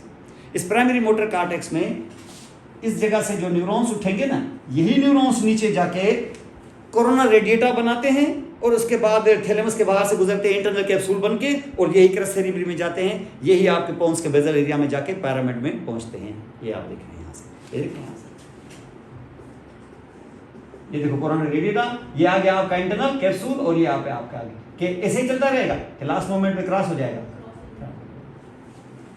तो पैरामिड लोब यहाँ से आते हैं, उसमें पूरी बॉडी छपी हुई है यहाँ पर, यानी यहाँ से अगर पिन प्रिक करोगे ना तो तुम्हारा थाई का एरिया मूव करेगा, थोड़ा सा और करोगे तो और एरिया मूव करेगा। तो जहाँ पर बाकायदा इन लोगों ने साबित किया है कि बॉडी जो है ना यहाँ पर छपी हुई है, यहाँ पर एक तरह से छपी नहीं हुई, लेकिन इन लोगों ने साबित किया है कि ये इसकी एरिया, ये इसकी एरिया है। तो इसका मकसद है कि एरिया जो है ना लेग की, टांगे ऊपर है, हेड नीचे है इसका, और हेड इतना नीचे है कि यहाँ तक आते आते ये जो आपका लेटरल सर्कस है इसके अंदर भी घुस जाएंगे ना, अगर आप किस सर्कस में, लेटरल सर्कस में, इसके अंदर भी घुस जाएंगे ना, तो इसका जो ऊपर वाला कॉर्टेक्स होगा माने roof of the lateral sulcus, वहां तक भी ये ग्रीन एरिया चली जाएगी।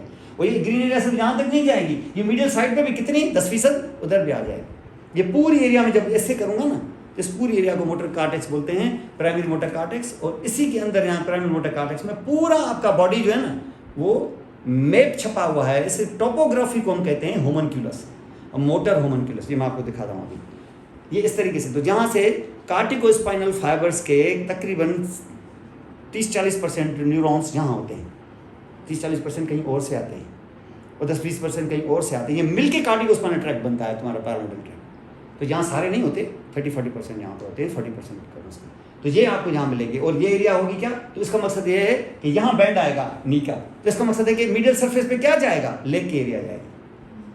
फुट और लेग कहाँ होता है, कहाँ रिप्रेजेंट होता है कॉर्टेक्स में, मीडियल एरिया पे, मीडियल सरफेस पे। और ये यहाँ पे होगा और अंदर घुस जाएगा, जो नजर नहीं आएगा मुझे, तो वो कहाँ मौजूद होगा, अंदर की तरफ। और कौन, हेड, टंग और ये सारी चीजें अंदर की तरफ।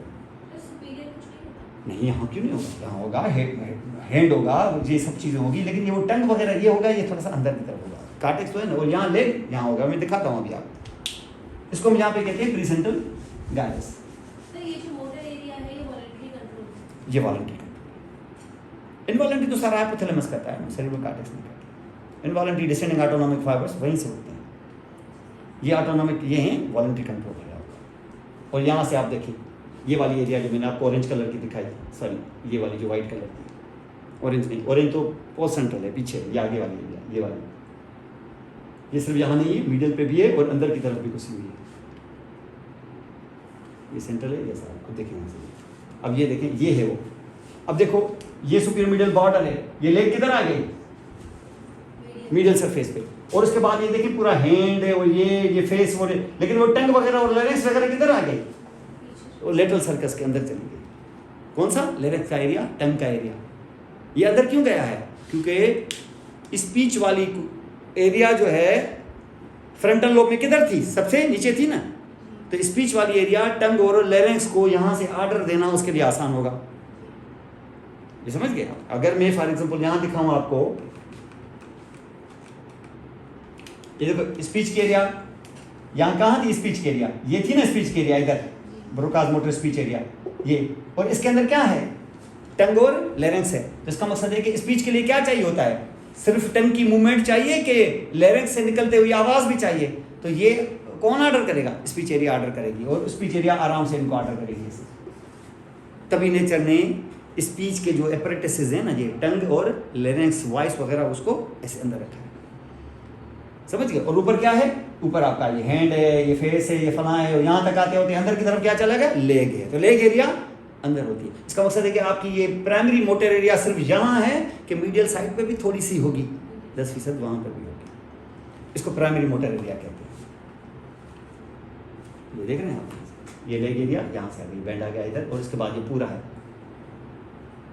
इसमें हालांकि लोअर लिम्ब साइज में 3 फीट से ज़्यादा बड़ी है, लेकिन लेग की एरिया को नेचर ने प्री सेंट्रल गायरस में बड़ा एरिया दिया है कि उसको अपर लिम्ब के मुकाबले में थोड़ा एरिया दिया है। क्यों, हैंड को क्यों इतना ज़्यादा दिया है, स्किल्ड है यहाँ पर, न्यूरॉन ज़्यादा चाहिए यहाँ पर, कार्टिको स्पाइनल का कंट्रोल ऊपर से ज़्यादा हैंड को और प्रॉक्सिमल हैंड को चाहिए, प्रॉक्सिमल लिम्ब को चाहिए, लोअर लिम्ब को इतना नहीं चाहिए। ब्रेन जानता है इन दोनों लिम्ब्स की औकात, ये नहीं कि दोनों एक जैसे हैं, ये लंबा है, ये जिसको डंडा है वही चला सकता है, ऐसे नहीं है। जिसमें स्किल है, जिसमें तकवा है, वही चीज़ अल्लाह के नज़र में वही अफजल है। वो जानता है कि इसकी क्या औकात है, वो जानता है कि अपर लिम्ब की ज़्यादा औकात है लोअर लिम्ब के मुकाबले में, क्योंकि यहाँ से स्किल है, यहाँ से स्किल वर्क होता है। वर्क हम हाथों से करते, टांगों से और पाँव से नहीं करते, काम तो उसका भी है, हर चीज़ का काम है, लेकिन कुछ सुपीरियर है। तो यहाँ पर कंट्रोल ज़्यादा है, फिर फेस पे ज़्यादा है, टंग पे ज़्यादा है। ये बहुत हाईली स्किल्ड वर्क इन्हीं जगहों से होते हैं। आइज़ पे आपको पता है, आइज़ की कंट्रोलिंग से उसको 3 नर्व दी हुई हैं उसको, तो उसके जो स्केलेटल मसल्स हैं कितने थोड़े छोटे पतले से मसल्स हैं ही 6-7 मसल, 6-7 के लिए 3 नर्व्स, ऐसा तो कहीं नहीं है। तो इतना हाईली स्किल्ड तो होगा ना, इस वजह से उसका हायर कंट्रोल ऊपर से। देखिए फेस का कितना बड़ा एरिया दिया, तो यहाँ की मोटर एक्टिविटी भी अच्छी खासी कंट्रोल एक्टिविटी 2 चीज़ों की है, एक टंग की और आई बॉल की।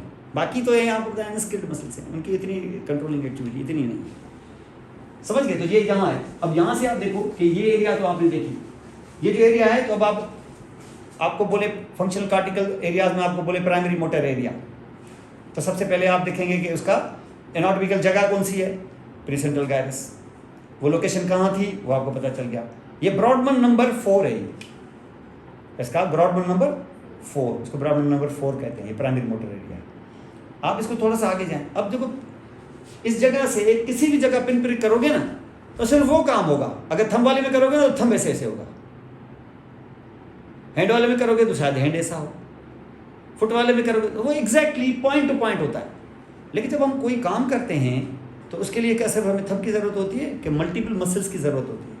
तो जब आप कोई फंक्शन करते हो ना, तो इन सारे के सारे पॉइंट्स को एक और एरिया कंट्रोल करती है, और वो एरिया इसको ऑर्डर करती है कि अब की बार थंब के चाहिए एक्सटेंसर्स, फिंगर्स के एक्सटेंसर्स चाहिए, और इसको एक्सटेंड करो और इस ऑब्जेक्ट तक पहुंचो, अब फ्लेक्सर चाहिए। ये जो सीक्वेंस में वर्क होगा ना, and making use of the different groups of the muscles but in sequence, ये ऑर्डर कोई और एरिया करेगा। इस एरिया को नहीं पता। जैसे मजदूर बैठे हुए होते हैं ना, एक प्लम्बर मजदूर, ये आज काम क्या होगा, आज कितनों की जरूरत पड़ेगी, कौन कौन से लोगों की जरूरत है, ये सब लोग नहीं जानते। ये कौन जानता है? जो जिसने प्लान किया है कि आज कौन सा वर्क होगा। आज अगर दीवार खड़ी होगी तो ईंटों वाला आएगा और उसके अंदर पाइप डालने वाला आएगा और ये वाला आएगा, बाकी घर जाएंगे। क्यों? क्योंकि उसको पता है, उसको प्लानिंग का पता है। इसका मकसद है कि जो पर्पसफुल कोई एक्टिविटी होती है ना, काम इनसे लिया जाएगा, लेकिन प्लान कौन करेगा? प्लान कोई और करेगा, और वो उसके करीब ही बैठा होता है, उसका दफ्तर भी करीब है, फ्रंटल लोब में ही है, लेकिन आगे बताता हूँ कहाँ है, और उसका नाम है प्री मोटर एरिया। उसको एरिया 6 बोलते हैं। तो प्री मोटर एरिया क्या करती है? कोई इंडिविजुअल वर्क या collective work in a purposeful manner, but in a sequential manner. और फंक्शन के भी जो सीक्वेंस होंगे वो सीक्वेंस के साथ होंगे। किसको किस वक्त फ्लेक्स होना है, किसको किस वक्त किसी चीज़ को उठाना है, तो यहीं से फ्लेक्स नहीं कर दूंगा मैं, यहाँ से पहले एक्सटेंड करूँगा, यहाँ पर पहुँचाऊँगा, यहाँ करके अब फ्लेक्स करूँगा। तो ये इस तरीके से, अगर मैंने पहले से ही एक्सटेंड, पहले से ही मैंने फ्लेक्स करके रखा, या यहाँ मैंने फॉर एग्जांपल यहाँ फ्लेक्स करके रखा और वहाँ आके उठाने की वजह से मैंने एक्सटेंड कर दिया, तो मैं क्या उठा पाऊँगा क्या? तो ये जो सीक्वेंस वर्क जो है ना, सीक्वेंशियल वर्क जो है, ये करने के लिए तुम्हें एक कोऑर्डिनेशन वाली एरिया चाहिए, जो जिस चीज़ को काम कराना होगा उसको यूटिलाइज करेगी। जब मैं काम कर रहा हूँ तो मैं बोलना नहीं है, तो उसका जो लोअर वाला ये वाला एरिया है ये काम नहीं करेगा। और जब मुझे बोलना है तो मुझे खड़ा रहना है, मुझे इस तरीके से या बैठना है, और अब मुझे बोलना है तो बाकी वाले एरियाज मेरे काम नहीं करेंगे। तो इसका मकसद है कि इस किस्म के वर्क के लिए ये क्या चाहिए? प्लानिंग चाहिए। और प्लानिंग के लिए फिर तुम्हें क्या चाहिए? प्री मोटर एरिया चाहिए। और प्री मोटर एरिया जो मौजूद है यहाँ पर, वो इस जगह पर होती है।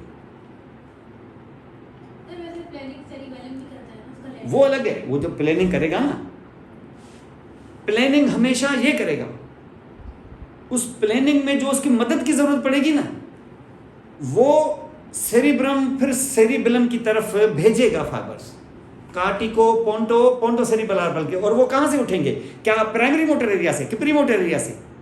प्री से। क्यों? प्लानर ये है, इसको पता है कि सेरिबेलम की जरूरत है कि नहीं है, ये बताएगा, ये भेजेगा उधर भी।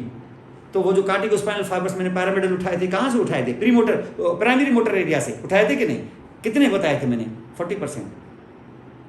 सारे थोड़ी, पैरामिडल ट्रैक्ट सारा का सारा थोड़ी प्राइमरी मोटर एरिया से जाता है, जी 30-40 बताया था ना, 30 यहाँ से जाता है, तो 30% दे इमर्ज फ्रॉम हियर।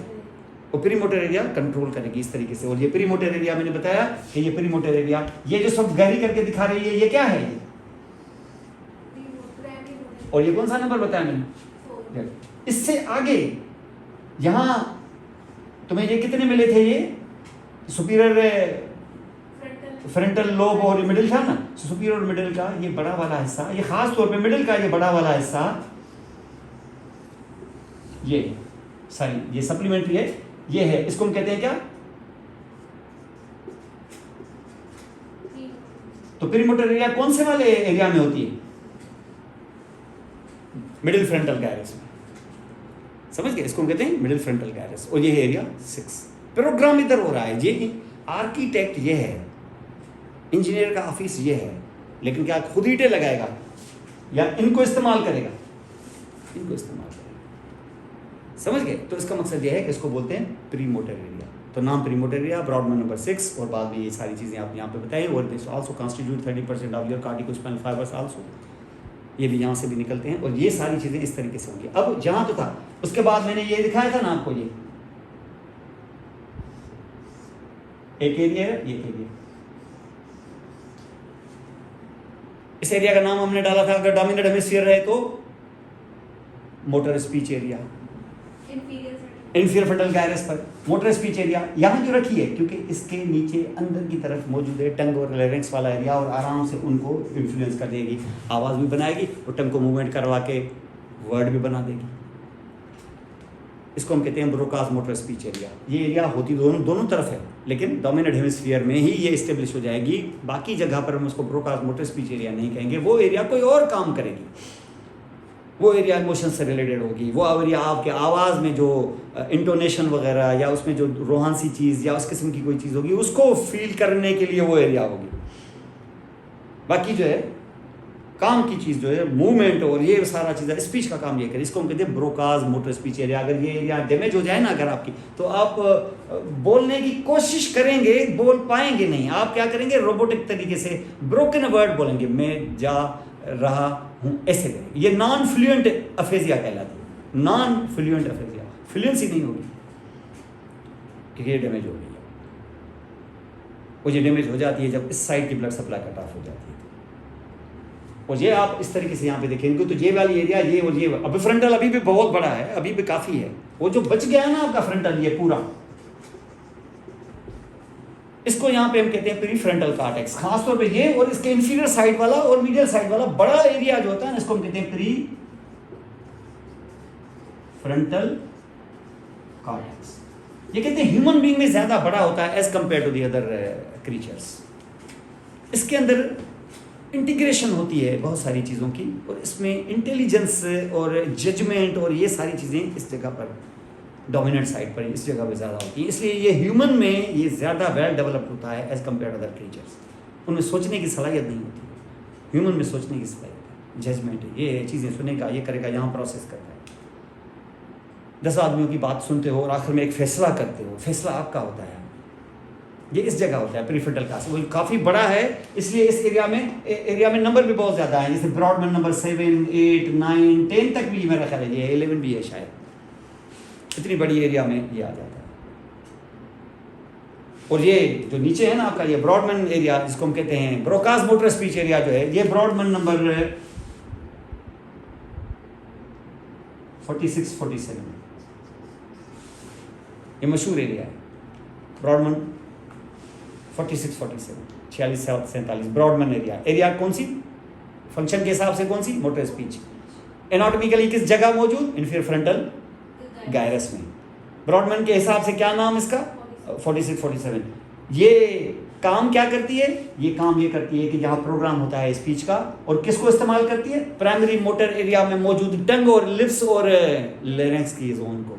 तो आप बात करते हैं सिर्फ यही करेगी, या उसके साथ साथ कुछ एक्सप्रेशन वालों को भी थोड़ा इधर उधर करेगी, क्योंकि आप ऐसे थोड़ी बात करते हो कि मैं आ रहा हूँ ये करके इस तरीके से हाथ ये वो, तो इसका मतलब ये कहीं और भी थोड़ा सा जेस्चर के लिए, पर डिपेंड करता है को कौन कितने जेस्चर अपने बोलने में कौन से जेस्चर यूज कर, मैं बात कर रहा हूँ, ब्रोकास मोटर स्पीच एरिया मेरा काम भी कर रही है और साथ में हाथ भी कर रहा हूँ और मेरा देखिए चेहरे पे भी तासरात कुछ ना कुछ होंगे, इसका मतलब बाकियों को भी थोड़ा सा इरिटेट करेगा। लेकिन असल जो चीज़ है वो स्पीच है। स्पीच में टंग है और टंग के साथ लैरिंग्स में से आवाज़ नहीं निकाली तो फिर टंग को ऐसे मूव करेगा, पर मैं खुद भी अपनी बातें सुनूंगा। सोर्स तो मेरा वॉइस है, तो वॉइस के लिए फिर लैरिंग्स के वोकल कार्ड्स को भी एडिट करेगा और एडिट करके उसमें से स्लिट बनाएगा, स्लिट बना के एयर को बाहर निकालेगा तो ही साउंड निकलेगा ना। साउंड होगा वॉइस, साउंड तो नहीं बोलते, वॉइस बोलते। कोई चीज़ गिरी और नजर सुनाई दे तो ये साउंड है, हलक से निकले तो वो वॉइस है। अंडरस्टैंड? तो दिस इज एक्चुअली वॉइस, इसलिए हम इसको साउंड बॉक्स नहीं वॉइस बॉक्स कहते हैं लैरिंग्स को। और ये इस तरीके से यहाँ पर तो आपने ये जितनी भी एरियाज मैंने आपको बताई ना, ये आपके फ्रंटल लोब की मेजर एरियाज हैं। Primary motor cortex, primary motor, secondary motor area जिसका नाम पेरी मोटर एरिया है, फिर Broca's motor speech area, prefrontal cortex, ये सारी एरियाज आपको फ्रंटल में मिलती है।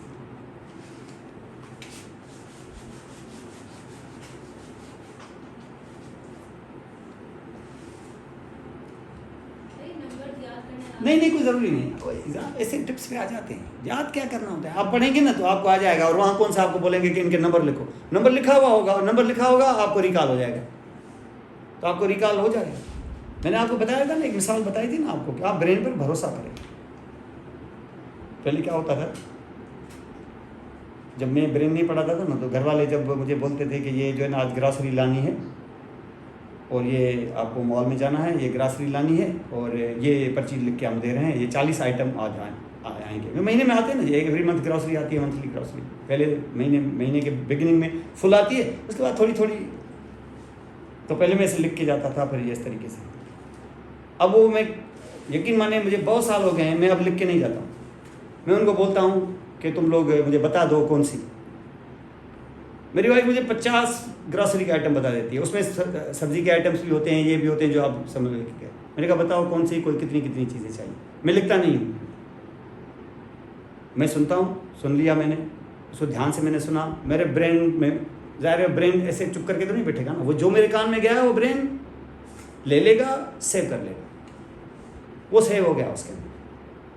अब मैं अगर वो 50 चीज़ें रिकॉल करूँ ना, मैं नहीं बता सकता। मुझे अगर वाइफ बोलेगी ना कि अभी मैंने 50 चीज़ें कौन सी बताई, अब मुझे बताओ, मैं बोलूँगा मैं नहीं बता सकता। तो जब बता नहीं सकते, लिखे भी नहीं, तो लाओगे क्या? मैं मॉल में चला जाऊँगा। अब मैं मॉल में चला जाऊँगा, मैं ध्यान से सुने हुए मैंने। अब मैं मॉल में चला जाऊँगा, पहले रैक में, मैंने रैक देखना शुरू कर दिया। जो चीज़ उसने मुझे बताई होगी ना, अगर वो वहाँ पड़ी होगी, रिकॉल हो जाएगा कि फ़लाँ चीज़ उसने ये मसाला बोला है, उसने ये कि ये मसाला, मैं उठा लूँगा वो मैं थोड़ा सा मैं ध्यान से सुना होगा तो मुझे ये भी पता होगा कि एक दवा या दो, चलो इसमें मैंने गलती की होगी, एक तो मैंने ले ही लिया होगा ना, चलो दूसरा मैंने नहीं लिया होगा, कौन से 2 आज ही खपाना था उसको, वो चलो दोबारा मैं ले लेंगे, लेकिन एटलीस्ट वो चीज़ तो मैं लेके आया ना। वो यकीन माने मैं एक चक्कर लगा के सब्जी में इधर उधर ये सारी चक्कर लगा के मैं आ जाऊँगा ना, वो 50 में से मैं कम से कम 47 चीज़ें मैं ले लेता हूँ, लिखे हुए भी नहीं मेरे पास। वजह वो भी जो तुमने सुनी है वो ब्रेन में सेव हो गई है ना। वो ब्रेन जो आपको बचपन से लेके ये चीज़ें सारी सेव करके बैठा हुआ है। 1976 की सिडनी की मैच वो हमें याद है, सबकॉन्शियस माइंड में वो होगा, वो मेमोरी में होता है। वो 1960 आप यकीन आएगा आपको, 1976 का सिडनी का मैच जो है, जो पाकिस्तान पीटीवी में दिखाता भी नहीं था, वो पाकिस्तान जीत रहा था। लास्ट डे पे पाकिस्तान 1 घंटा दिखाया पीटीवी ने, वो 1 घंटा उस ज़माने का, वो 1 घंटे का वो मैच अभी तक याद है। वो कैसे पाकिस्तान जो आखिरी 1 घंटा, जो लास्ट 1 घंटा था, वो कैसे इमरान खान ये और उनका वो जो 1 घंटा था उसमें पाकिस्तान को आखिरी 30-40 रन चाहिए थे, वो कर गया पाकिस्तान। 3 खिलाड़ी आउट भी हुए और 3 खिलाड़ियों में वो डेनिस लिली ने किस तरीके से एक पाकिस्तान के खिलाड़ी की हेड पर से, माजिद खान जो मशहूर, जो इमरान खान का कज़न। अब हार तो ऑस्ट्रेलिया रहा था, अब सिडनी में ऑस्ट्रेलिया का हारना, अब अंदाज़ा लगा ना क्या चीज़ होती होगी उस ज़माने में। टेस्ट मैच थे, वनडे होते भी नहीं थे शायद। तो वो डेनिस लिली ऑस्ट्रेलिया का मशहूर, इमरान खान भी, मतलब इमरान खान बोलते हैं मैं फास्ट बॉलिंग में डेनिस लिली को देख के आया हूँ, इतना ग्लैमर था उसका। तो कहते हैं डेनिस लिली जब रनअप से जब भागता था ना, तो वो जो लोग बैठे हुए थे 50-60 हज़ार, वो उठ के लिली का नाम पुकार देते थे। ऐसी इलेक्ट्रीफाइंग एटमॉस्फेयर होता था। वो कहते हैं कि सिडनी में और मेलबर्न में लिली को खेलना नामुमकिन है, लोग इतना सपोर्ट करते थे उसको। तो अब हार तो रहे थे ना, तो लिली ने जो ना वो बाल दिखा के माजिद को बोला था ये हेड उतारूंगा मैं तुम्हारी इस बाल से,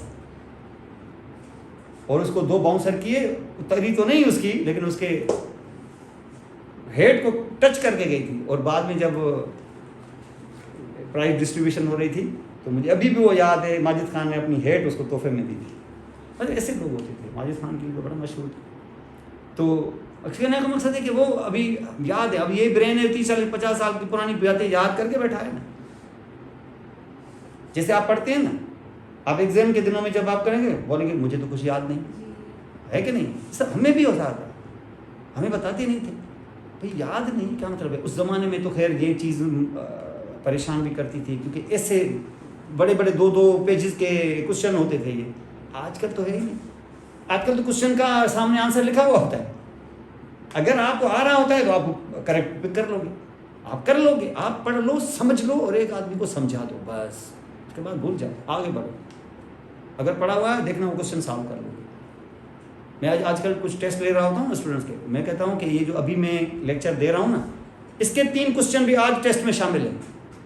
ये नहीं कि मैंने पिछले जो टॉपिक पढ़ाए हैं वहाँ तक टेस्ट है, नहीं, आज वाला टॉपिक भी इस टेस्ट में शामिल है। यकीन माने उस दिन का जो टॉपिक होता है ना, उसके आंसर सभी बच्चे देते हैं, पिछले वाले शायद कम देते हैं, ये वाले दे देते हैं। तो इसका मकसद ये है कि इनको कोई रिवीजन की ज़रूरत पड़ी। और मैंने सिर्फ लालच दिया कि 3 क्वेश्चन दिए हैं आज के लेक्चर में, सब ध्यान से सुनते रहते, और ध्यान से वो टॉपिक समझ जाते हैं। वो समझ जाते हैं उसी वक्त 15 मिनट के अंदर पेपर दे देता हूँ उनको, वो तीनों क्वेश्चन 90% बच्चे वो तीनों क्वेश्चन का आंसर देते हैं। समझ रहे, ब्रेन तुम्हारा साथ देता है। तो ये चीज़ें आप रटे नहीं कि भाई मुझे तो कुछ याद नहीं, रिकॉल नहीं होगा। मुझे 50 चीज़ें बीवी लिखाएगी ना, बोलेगी आप दोहराओ, मैं नहीं दोहरा पाऊंगा। इसका मकसद ये नहीं कि मुझे आ नहीं रहा है, वो आ जाएगा ना उधर, मेरे एक में देख लूँगा ये 6 चीज़ें बोली थी इसने, ये पकड़ के रख लो। तुम्हारे क्वेश्चन भी ऐसे ही होते हैं ना, और क्या। पहले तो पेन करती थे, अब तो क्लिक है सिर्फ। आदमी सुबह को पेपर में ऐसे जा रहा है जैसे कोई धूला वूला जा रहा है, ये ऐसे। किसी ज़माने में क्या होता था, ज्योमेट्री बॉक्स, तो पेड़, तो मार्कर, तो फलां। अभी यकीन ही नहीं आता कि ये पेपर में जा रहे हैं बच्चे, खाली हाथ ऐसे ऐसे कोई जाता है पेपर में। पेपर में से जाता है कोई बारात में जा रहा है, दूल्हा जा रहा है, ऐसे होता था रात के टाइम पे। पेड़ तो फलां, तो पेपर, तो मार्कर, तो पाउच, तो ये ऐसे है ना, आप भी पढ़े होंगे जैसे। और आजकल ये पेपर देख रहे हैं, एग्जाम ऐसे चेंज हो गए, सारी दुनिया के चेंज हो गए। यहाँ यूएसएमएलई वगैरह देंगे ना, तो वो भी ऐसे ही होगा। अलग से तो ये एरियाज आप इस तरीके से यहाँ पे देखोगे। और उसके बाद ये वो प्रीफ्रंटल कॉर्टेक्स, सबसे बड़ी एरिया ये, वो जो जजमेंट वाली एरिया मैंने बताया आपको। उसके बाद आप देखेंगे सेंसरी एरिया, ये सेंट्रल सर्कस था, इसके पीछे ये सर्कस है, पोस्ट सेंट्रल सर्कस। सिर्फ ये है, या इसके बीच में गायरस खड़ा हो गया, इसका नाम पोस्ट सेंट्रल गायरस है। यही है तुम्हारी प्राइमरी सोमेटोसेंसरी एरिया। सोमेटोसेंसरी, विसरोसेंसरी नहीं। विसरा सेरिब्रम को पता ही नहीं है विसरा पड़े किधर है, इसलिए कभी भी सेरिब्रम विसरा का पेन उस जगह फील ही नहीं कराता है, उस जगह फील ही नहीं कराता है। वो ऑटोनॉमिक तो मोटर सिस्टम है ना। सेंसरी जो सिस्टम है, विसरल सेंसरी सिस्टम, पेन के सिग्नल जाएंगे, लेकिन स्पाइनल कार्ड के जिस सेगमेंट में एंटर होंगे ना, अगर यहाँ हार्ट के पेन कैरिंग फाइबर्स अगर तुम्हारे cervical region of spinal cord से एंटर होकर ब्रेन को बताएंगे ना, तो ब्रेन आपको पेन नेक के रीजन में करवाएगा। क्यों? क्योंकि उसके पेन कैरिंग फाइबर्स अपना ट्रैक्स बनाते ही नहीं है। ब्रेन को विसरल एरिया है ही नहीं, ब्रेन में सोमेटोसेंसरी एरिया है। जिस स्पाइनल कार्ड के सेगमेंट से स्टार्ट होंगे ना तुम्हारे पेन कैरिंग ट्रैक्स, वहीं से तुम्हें पेन फील होगा, उसी जगह पे। ये हार्ट का पेन यहाँ क्यों फील होता है? इधर हार्ट थोड़ी, यहाँ फील हो जाता है, इधर इधर एंगल ऑफ द माउथ पे फील हो जाता है। लोग समझते हैं उसको दांत में, यहाँ पर थर्ड मोलर में पेन है, वो लोग डेंटल सर्जन के पास चले जाते हैं, ये मायोकार्ड इन्फेक्शन का पेन होता है। और वो मजे की बात है, वो डेंटल सर्जन वो थर्ड मोलर पे काम भी करता है, वो कहता है हाँ होगा। वो कैसे छोड़ेगा पेशेंट? वो पता चलता है कि उसको ये कार्डियक पेन है, इसको ये ऐसे विसरल पेन, रिफर्ड पेन होता है। गॉल ब्लैडर इधर है, शोल्डर में पेन होता है, क्योंकि गॉल ब्लैडर की जो पेन कैरिंग फाइबर्स होते हैं ना, वो आपके सर्वाइकल रीजन से एंटर होते हैं। वो सर्वाइकल रीजन से एंटर होने की वजह से ब्रेन, क्योंकि सोमेटोसेंसरी एरिया है, तो सर्वाइकल रीजन 4 में अगर एंटर होगा ना, तो ब्रेन यहाँ पेन फील कराएगा आपको, उसको नहीं पता। पेन की फीलिंग ब्रेन स्टेम से नहीं होगी, फीलिंग तो आपको ब्रेन ही कराएगा ना, ब्रेन स्टेम में से गुजरेगा। फीलिंग वहाँ से थोड़ी होगी। हाँ, इस वहाँ जाते हुए वोमिटिंग एरिया को स्टिमुलेट करके गया तो वोमिटिंग हो सकती है आपको, लेकिन पेन की फीलिंग तो आपको ब्रेन नहीं कराएगा ना, लेकिन वो विसरा में नहीं कराएगा, सरफेस पे कराएगा। कौन सी सरफेस पे? यहाँ की यहाँ क्यों हो रही है? क्योंकि जिस एरिया से इंटर हो रहा है, जिस दरवाजे से इंटर हो रहा है, वो आपकी फोर्थ सर्वाइकल सेगमेंट है, और फोर्थ सर्वाइकल सेगमेंट का पेन इधर होता है। सर अक्सर जो बहुत ज़्यादा पेन हो जाता है किडनी में, वो बहुत ज़्यादा जो पेन हो जाता है, भले कितना भी हो जाए, लेकिन होगा उस जगह पे फील जहाँ से pain carrying fibers spine cord में एंटर हो, भले कितना भी हो जाए। ऑर्गन के अंदर नहीं होता। ऑर्गन के अंदर नहीं होता। हार्ट का होता तो हार्ट में होता है ना, फील होता है ना, यहाँ है, इधर होता है, यहाँ होता है, प्रेफर्ड पेन इधर उधर, समझ गए? तो ये इस तरीके से जो ये है हमारी एरिया, इसको हम कहते हैं प्राइमरी सोमेटोसेंसरी एरिया। और ये एरिया जो है ना, ये ब्रॉडमैन के हिसाब से है 3, 1 and 2, 1 2 3 भी नहीं, 3 2 and 1 भी नहीं। अब वो क्यों नहीं, वो जाने, उसका काम जाने, लेकिन ये है 3 1 and 2, ये ब्रॉडमैन एरिया 3 1 and 2, ये प्राइमरी सोमेस्थेटिक या सोमेटोसेंसरी एरिया है। ये वो चीज़ है, हर जनरल सेंस जनरल सेंस कहाँ पहुँचा था? थैलेमस में, और वहाँ से थर्ड ऑर्डर न्यूरॉन बन के आया था इंटरनल कैप्सूल में, और उसके बाद कोरोनरी रेडिएटा रिपोर्ट आखिर में इधर करेगा, यहाँ करेगा, तो फिर कहाँ पेन फील होगा? जहाँ का आएगा वहीं जाएगा। सर स्पेशल सेंसेस भी यहीं पे होंगे? स्पेशल सेंसरी यहाँ नहीं होगा, यहाँ सिर्फ जनरल सेंसरी, यहाँ सिर्फ और सिर्फ जनरल सेंसरी होगा। हाँ, अगर स्पेशल सेंसरी होगा तो स्पेशल सेंसरी में सिर्फ एक वो होगा जिसकी अपनी स्पेसिफिक नर्व नहीं होती है, वो टेस्ट है। वो कहाँ होगा? वो इससे लेटरल सर्कस में थोड़ा अंदर घुस जाऊंगा ना, तो वहाँ पर आपको टेस्ट की एरिया मिलेगी, लेकिन वो 3 1 and 2 नहीं होगी, वो एरिया अलग है, उसका नाम है 43 एरिया, लेकिन होगी इसके साथ कंटिन्यूस। तो उस एरिया की अपनी नर्व नहीं होती है, तो उसकी अपनी स्पेसिफिक जगह भी नहीं होती। बाकी हर स्पेशल सेंस की एरिया अलग अलग जगहों पर मौजूद है। वो स्पेशल सेंस है तो ऑर्गन स्पेशल है, तो एरिया भी अलग अलग हैं, इसमें नहीं डालेंगे आप स्पेसिफिक जनरल सेंस। कहाँ के? टो से लेके हर चीज़ के। तो इसका मकसद है कि यहाँ पे भी छपे हुए होंगे ना, कि यहाँ ये आएगा, ये टंग वाला, ये इधर, ये कान वाला यहाँ आएगा, तो यहाँ भी छपा हुआ है। इसमें भी लेग के एरिया अंदर है, बाकी एरिया नीचे है। इसी को कहते हैं सेंसरी होमनक्यूलस। ये जनरल सोमैटिक, ये जनरल सोमैटिक है। ये देखिए, ये सेंसरी एरिया है, ये सेंसरी होमनक्यूलस है। तो अंदर अंदर अंदर मीडियल साइड पे क्या चला गया? लेग। यहाँ क्या आ गया? थाई। यहाँ कौन गया? हेड। यहाँ कौन आया? ये हैंड है, ये हेड है। और इस तरीके से ये सेंसरी एरिया है। हर किस्म की सेंसेस थैलेमस के बाद जहाँ जहाँ की होगी वहाँ पहुँचाई जाएगी। यहाँ आएगी तो ठीक उस जगह पे पेन फील होगा आपको, पेन या वगैरह वगैरह जो भी है, उस जगह पे पेन फील, और जगहों पे नहीं होगा, यहाँ होगा। तो इसका मकसद ये है, अगर यहाँ थैलेमस ने नहीं पहुँचाया तो क्या आपको पेन फील होगा कि नहीं होगा? होगा। थैलेमस पेन फील कराएगा आपको, लोकलाइजेशन नहीं होगी, डिटेल्स नहीं होगी, और लोकलाइजेशन भी नहीं होगी। वो नहीं होगा कि कहाँ पेन फील हो रहा है, डिस्कम्फर्ट होगा आपको, लेकिन ये नहीं होगा कि यहाँ पर पिन प्रिक, अगर आपके शू के या चप्पल के किसी नेल ने आपके टो पे प्रिक किया तो आप चप्पल उतार के उस जगह पे करेंगे। तो ये जो लोकलाइजेशन हो रही है ना पेन की, ये करा रहा है। थैलेमस होता ना तो आपको बस डिस्कम्फर्ट फील होती, लेकिन ये ना होता कि मुझे हो कहाँ रहा है। थैलेमस सारी सेंसेशन कराता है, वो ऐसे नहीं कि सबकी सेंसेशन ले रहा था, तो ऐसे थोड़ी को मजा लेने के लिए ले रहा था, सब कुछ कराता है। विजन भी करा लेता है, लेकिन विजन क्या? साया। ये विजन, ये कोई विजन है? ऐसे बंदे को लोग अंधा कहते हैं। वो विजन जो नज़र आ रही हर चीज़, 3 डायमेंशनल कलर्स, ये वो फला, ये सारी चीज़ें सेरेब्रल कॉर्टेक्स कराएगा। ये नहीं, उसके एरिया कोई और होगी।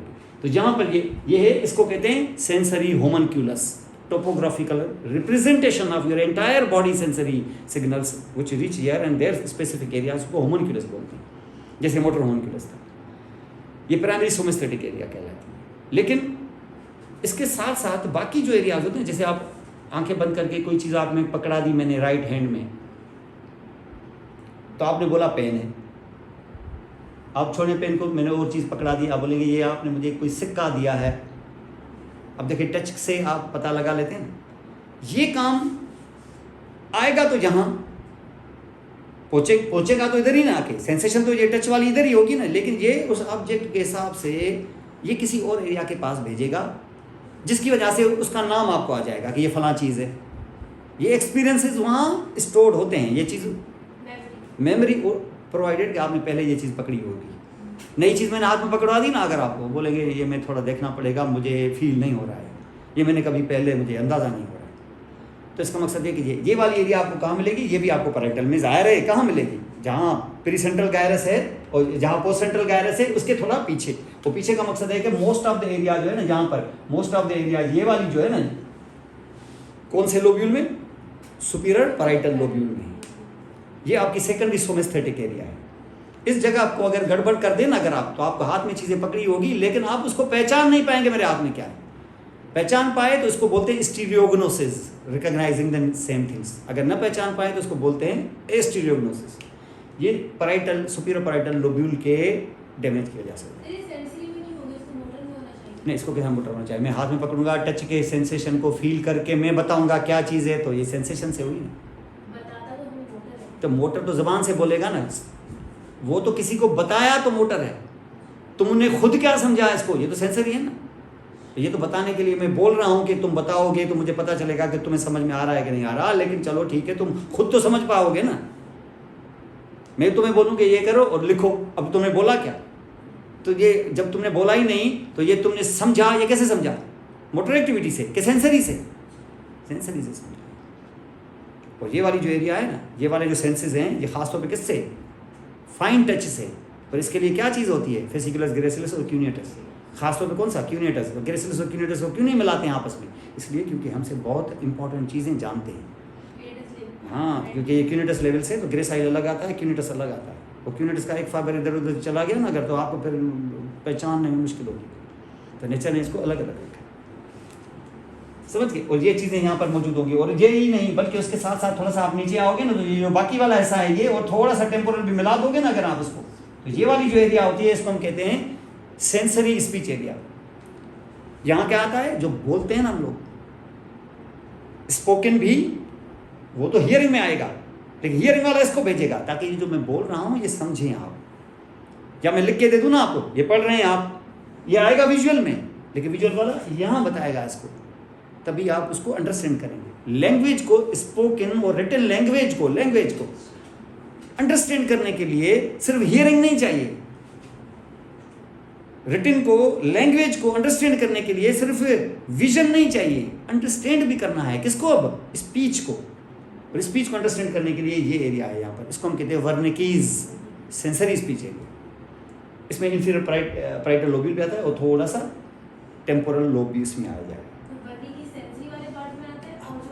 वो तो ज़ाहिर मोटर वाला फ्रंटल में आएगा, इंफीरियर फ्रंटल में ये यहाँ आएगा। और ये इससे समझ के अगर तुम दोहराना चाहो तो यहाँ एसोसिएशन फाइबर्स होंगे आर्च लाइक मैनर में, इसको आर्क्योइड फेसिकुलस कहते हैं।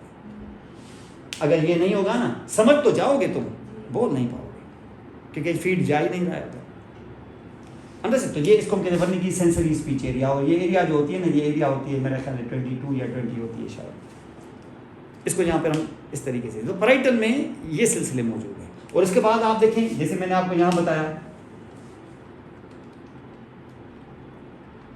अभी आपने देखा होगा ये जो प्रीसेंट्रल गायरस है, क्या वो सिर्फ सुपीरियर पे था कि थोड़ा सा इधर भी आया है मिडिल साइड पे भी।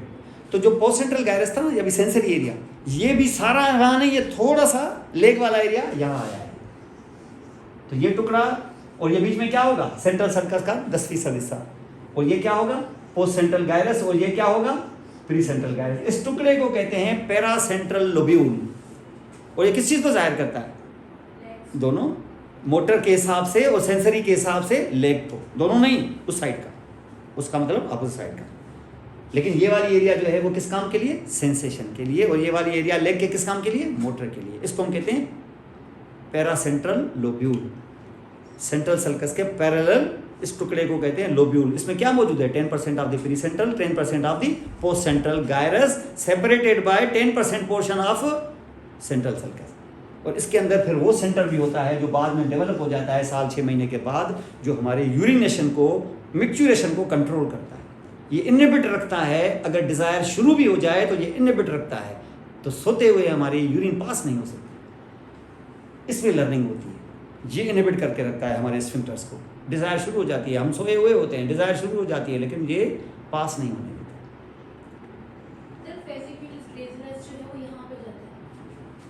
वेसिकुलस ग्रेसिलिस से अगर सेंसेशन फाइबर यहाँ आएंगे तो यकीनन वो सेंसरी वाली एरिया में जाएंगे। सेंसरी वाली एरिया माने इसमें बिल्कुल आएंगे, लेग वाले एरिया में आखिर में, लेकिन आएंगे थैलेमस में, थैलेमस यहाँ भेजेगा। फिर जो मैसेज होगा वो मोटर के थ्रू जाएगा। वो पर ज़रूरी नहीं है कि अभी सेंसरी पहुंचा तो अभी मोटर आए, ये ज़रूरी नहीं है। जो भी आपको सेंसरी सिग्नल्स आपके ब्रेन में एंटर होते हैं ना, उसका सिर्फ 1% फौरी इस्तेमाल के लिए होता है, 99% तुम्हारा ब्रेन में स्टोर हो जाता है। इसी का नाम मेमोरी है। तुम गाड़ी में जाओगी ना, ऐसे देखती हुई जाओगी, देखती हुई जाओगी, देखती हुई जाओगी, तुम्हें ऐसा लगेगा कि ये तो सारे भूल गया, ये तो फालतू गए। नहीं, ये सारे ब्रेन में रिकॉर्ड हो गए। फौरी तुमने कोई रिस्पॉन्स किया क्या? तो हर सेंसेशन के साथ मोटर एक्टिविटी थोड़ी जुड़ी हुई है, लेकिन ये ज़ाया नहीं जाएगी, ये स्टोर हो गई, ये कभी भी काम आ जाएगी। अब आप जाने आने से किसी को आप बता सकते हो कि कासमाबाद से इसरा विलेज पहुँचने तक का ये रास्ता है, फलाना रास्ता है, उस वक्त आपने रिस्पॉन्ड किया नहीं, ये ब्रेन में मेमोराइज हो गया। तो हर चीज़, हर सेंसरी के साथ फौरी मोटर, ये ज़रूरी नहीं है। यहाँ चोट लगी, यहाँ पे ये लगा, ये लगा, ये लगा, आपने थोड़ी रिस्पॉन्ड किया, लेकिन अंदर से उस चोट की, उस बार बार उसकी वजह से गुस्सा आप में आया अंदर, वो भी आप खा गए, वो भी पी गए आप। तो हर चीज़ का रिस्पॉन्स फ़ौरन नहीं होता है। अगर बहुत डैमेजिंग है तो रिफ्लेक्स हो जाएगा, वो भी आपने मर्जी से नहीं किया, वो अंदर ही नेचर ने प्रोटेक्शन के लिए रखा। तो हमेशा ऐसा ना समझो वो सेंसरी हो गया ना तो अभी मोटर लाजमी होगा, ऐसा नहीं है, समझ गए। लेकिन वो स्टोर हो जाएगा, ज़ाया नहीं जाएगा कभी भी।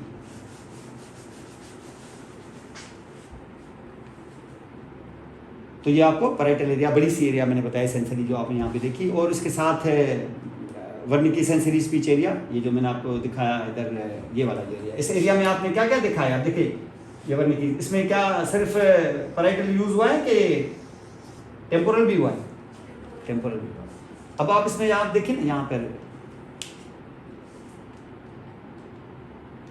अब आपको टेम्पोरल लोब में लेके आ रहे हैं। अब टेम्पोरल लोब में खास तौर पे सुपीरियर टेम्पोरल गायरस की बात कर रहे हैं। इसकी कहाँ होता है? जाहिर है ये लेटरल सर्कस से नीचे का खेल है, और उसमें क्या मौजूद था? सुपीरियर और इंफीरियर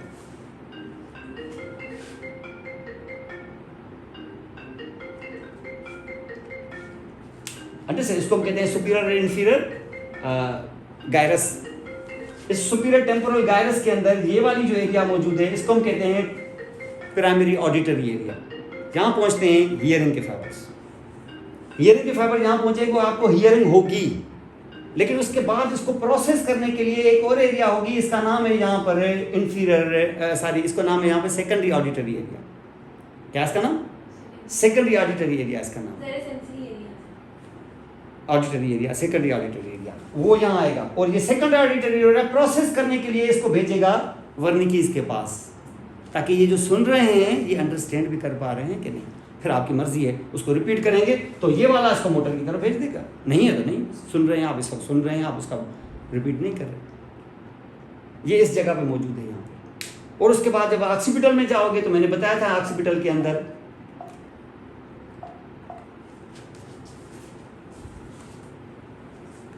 ठीक है, ऑक्सीपिटल में आपको दिखाया था हमने, जो मेन एरिया थी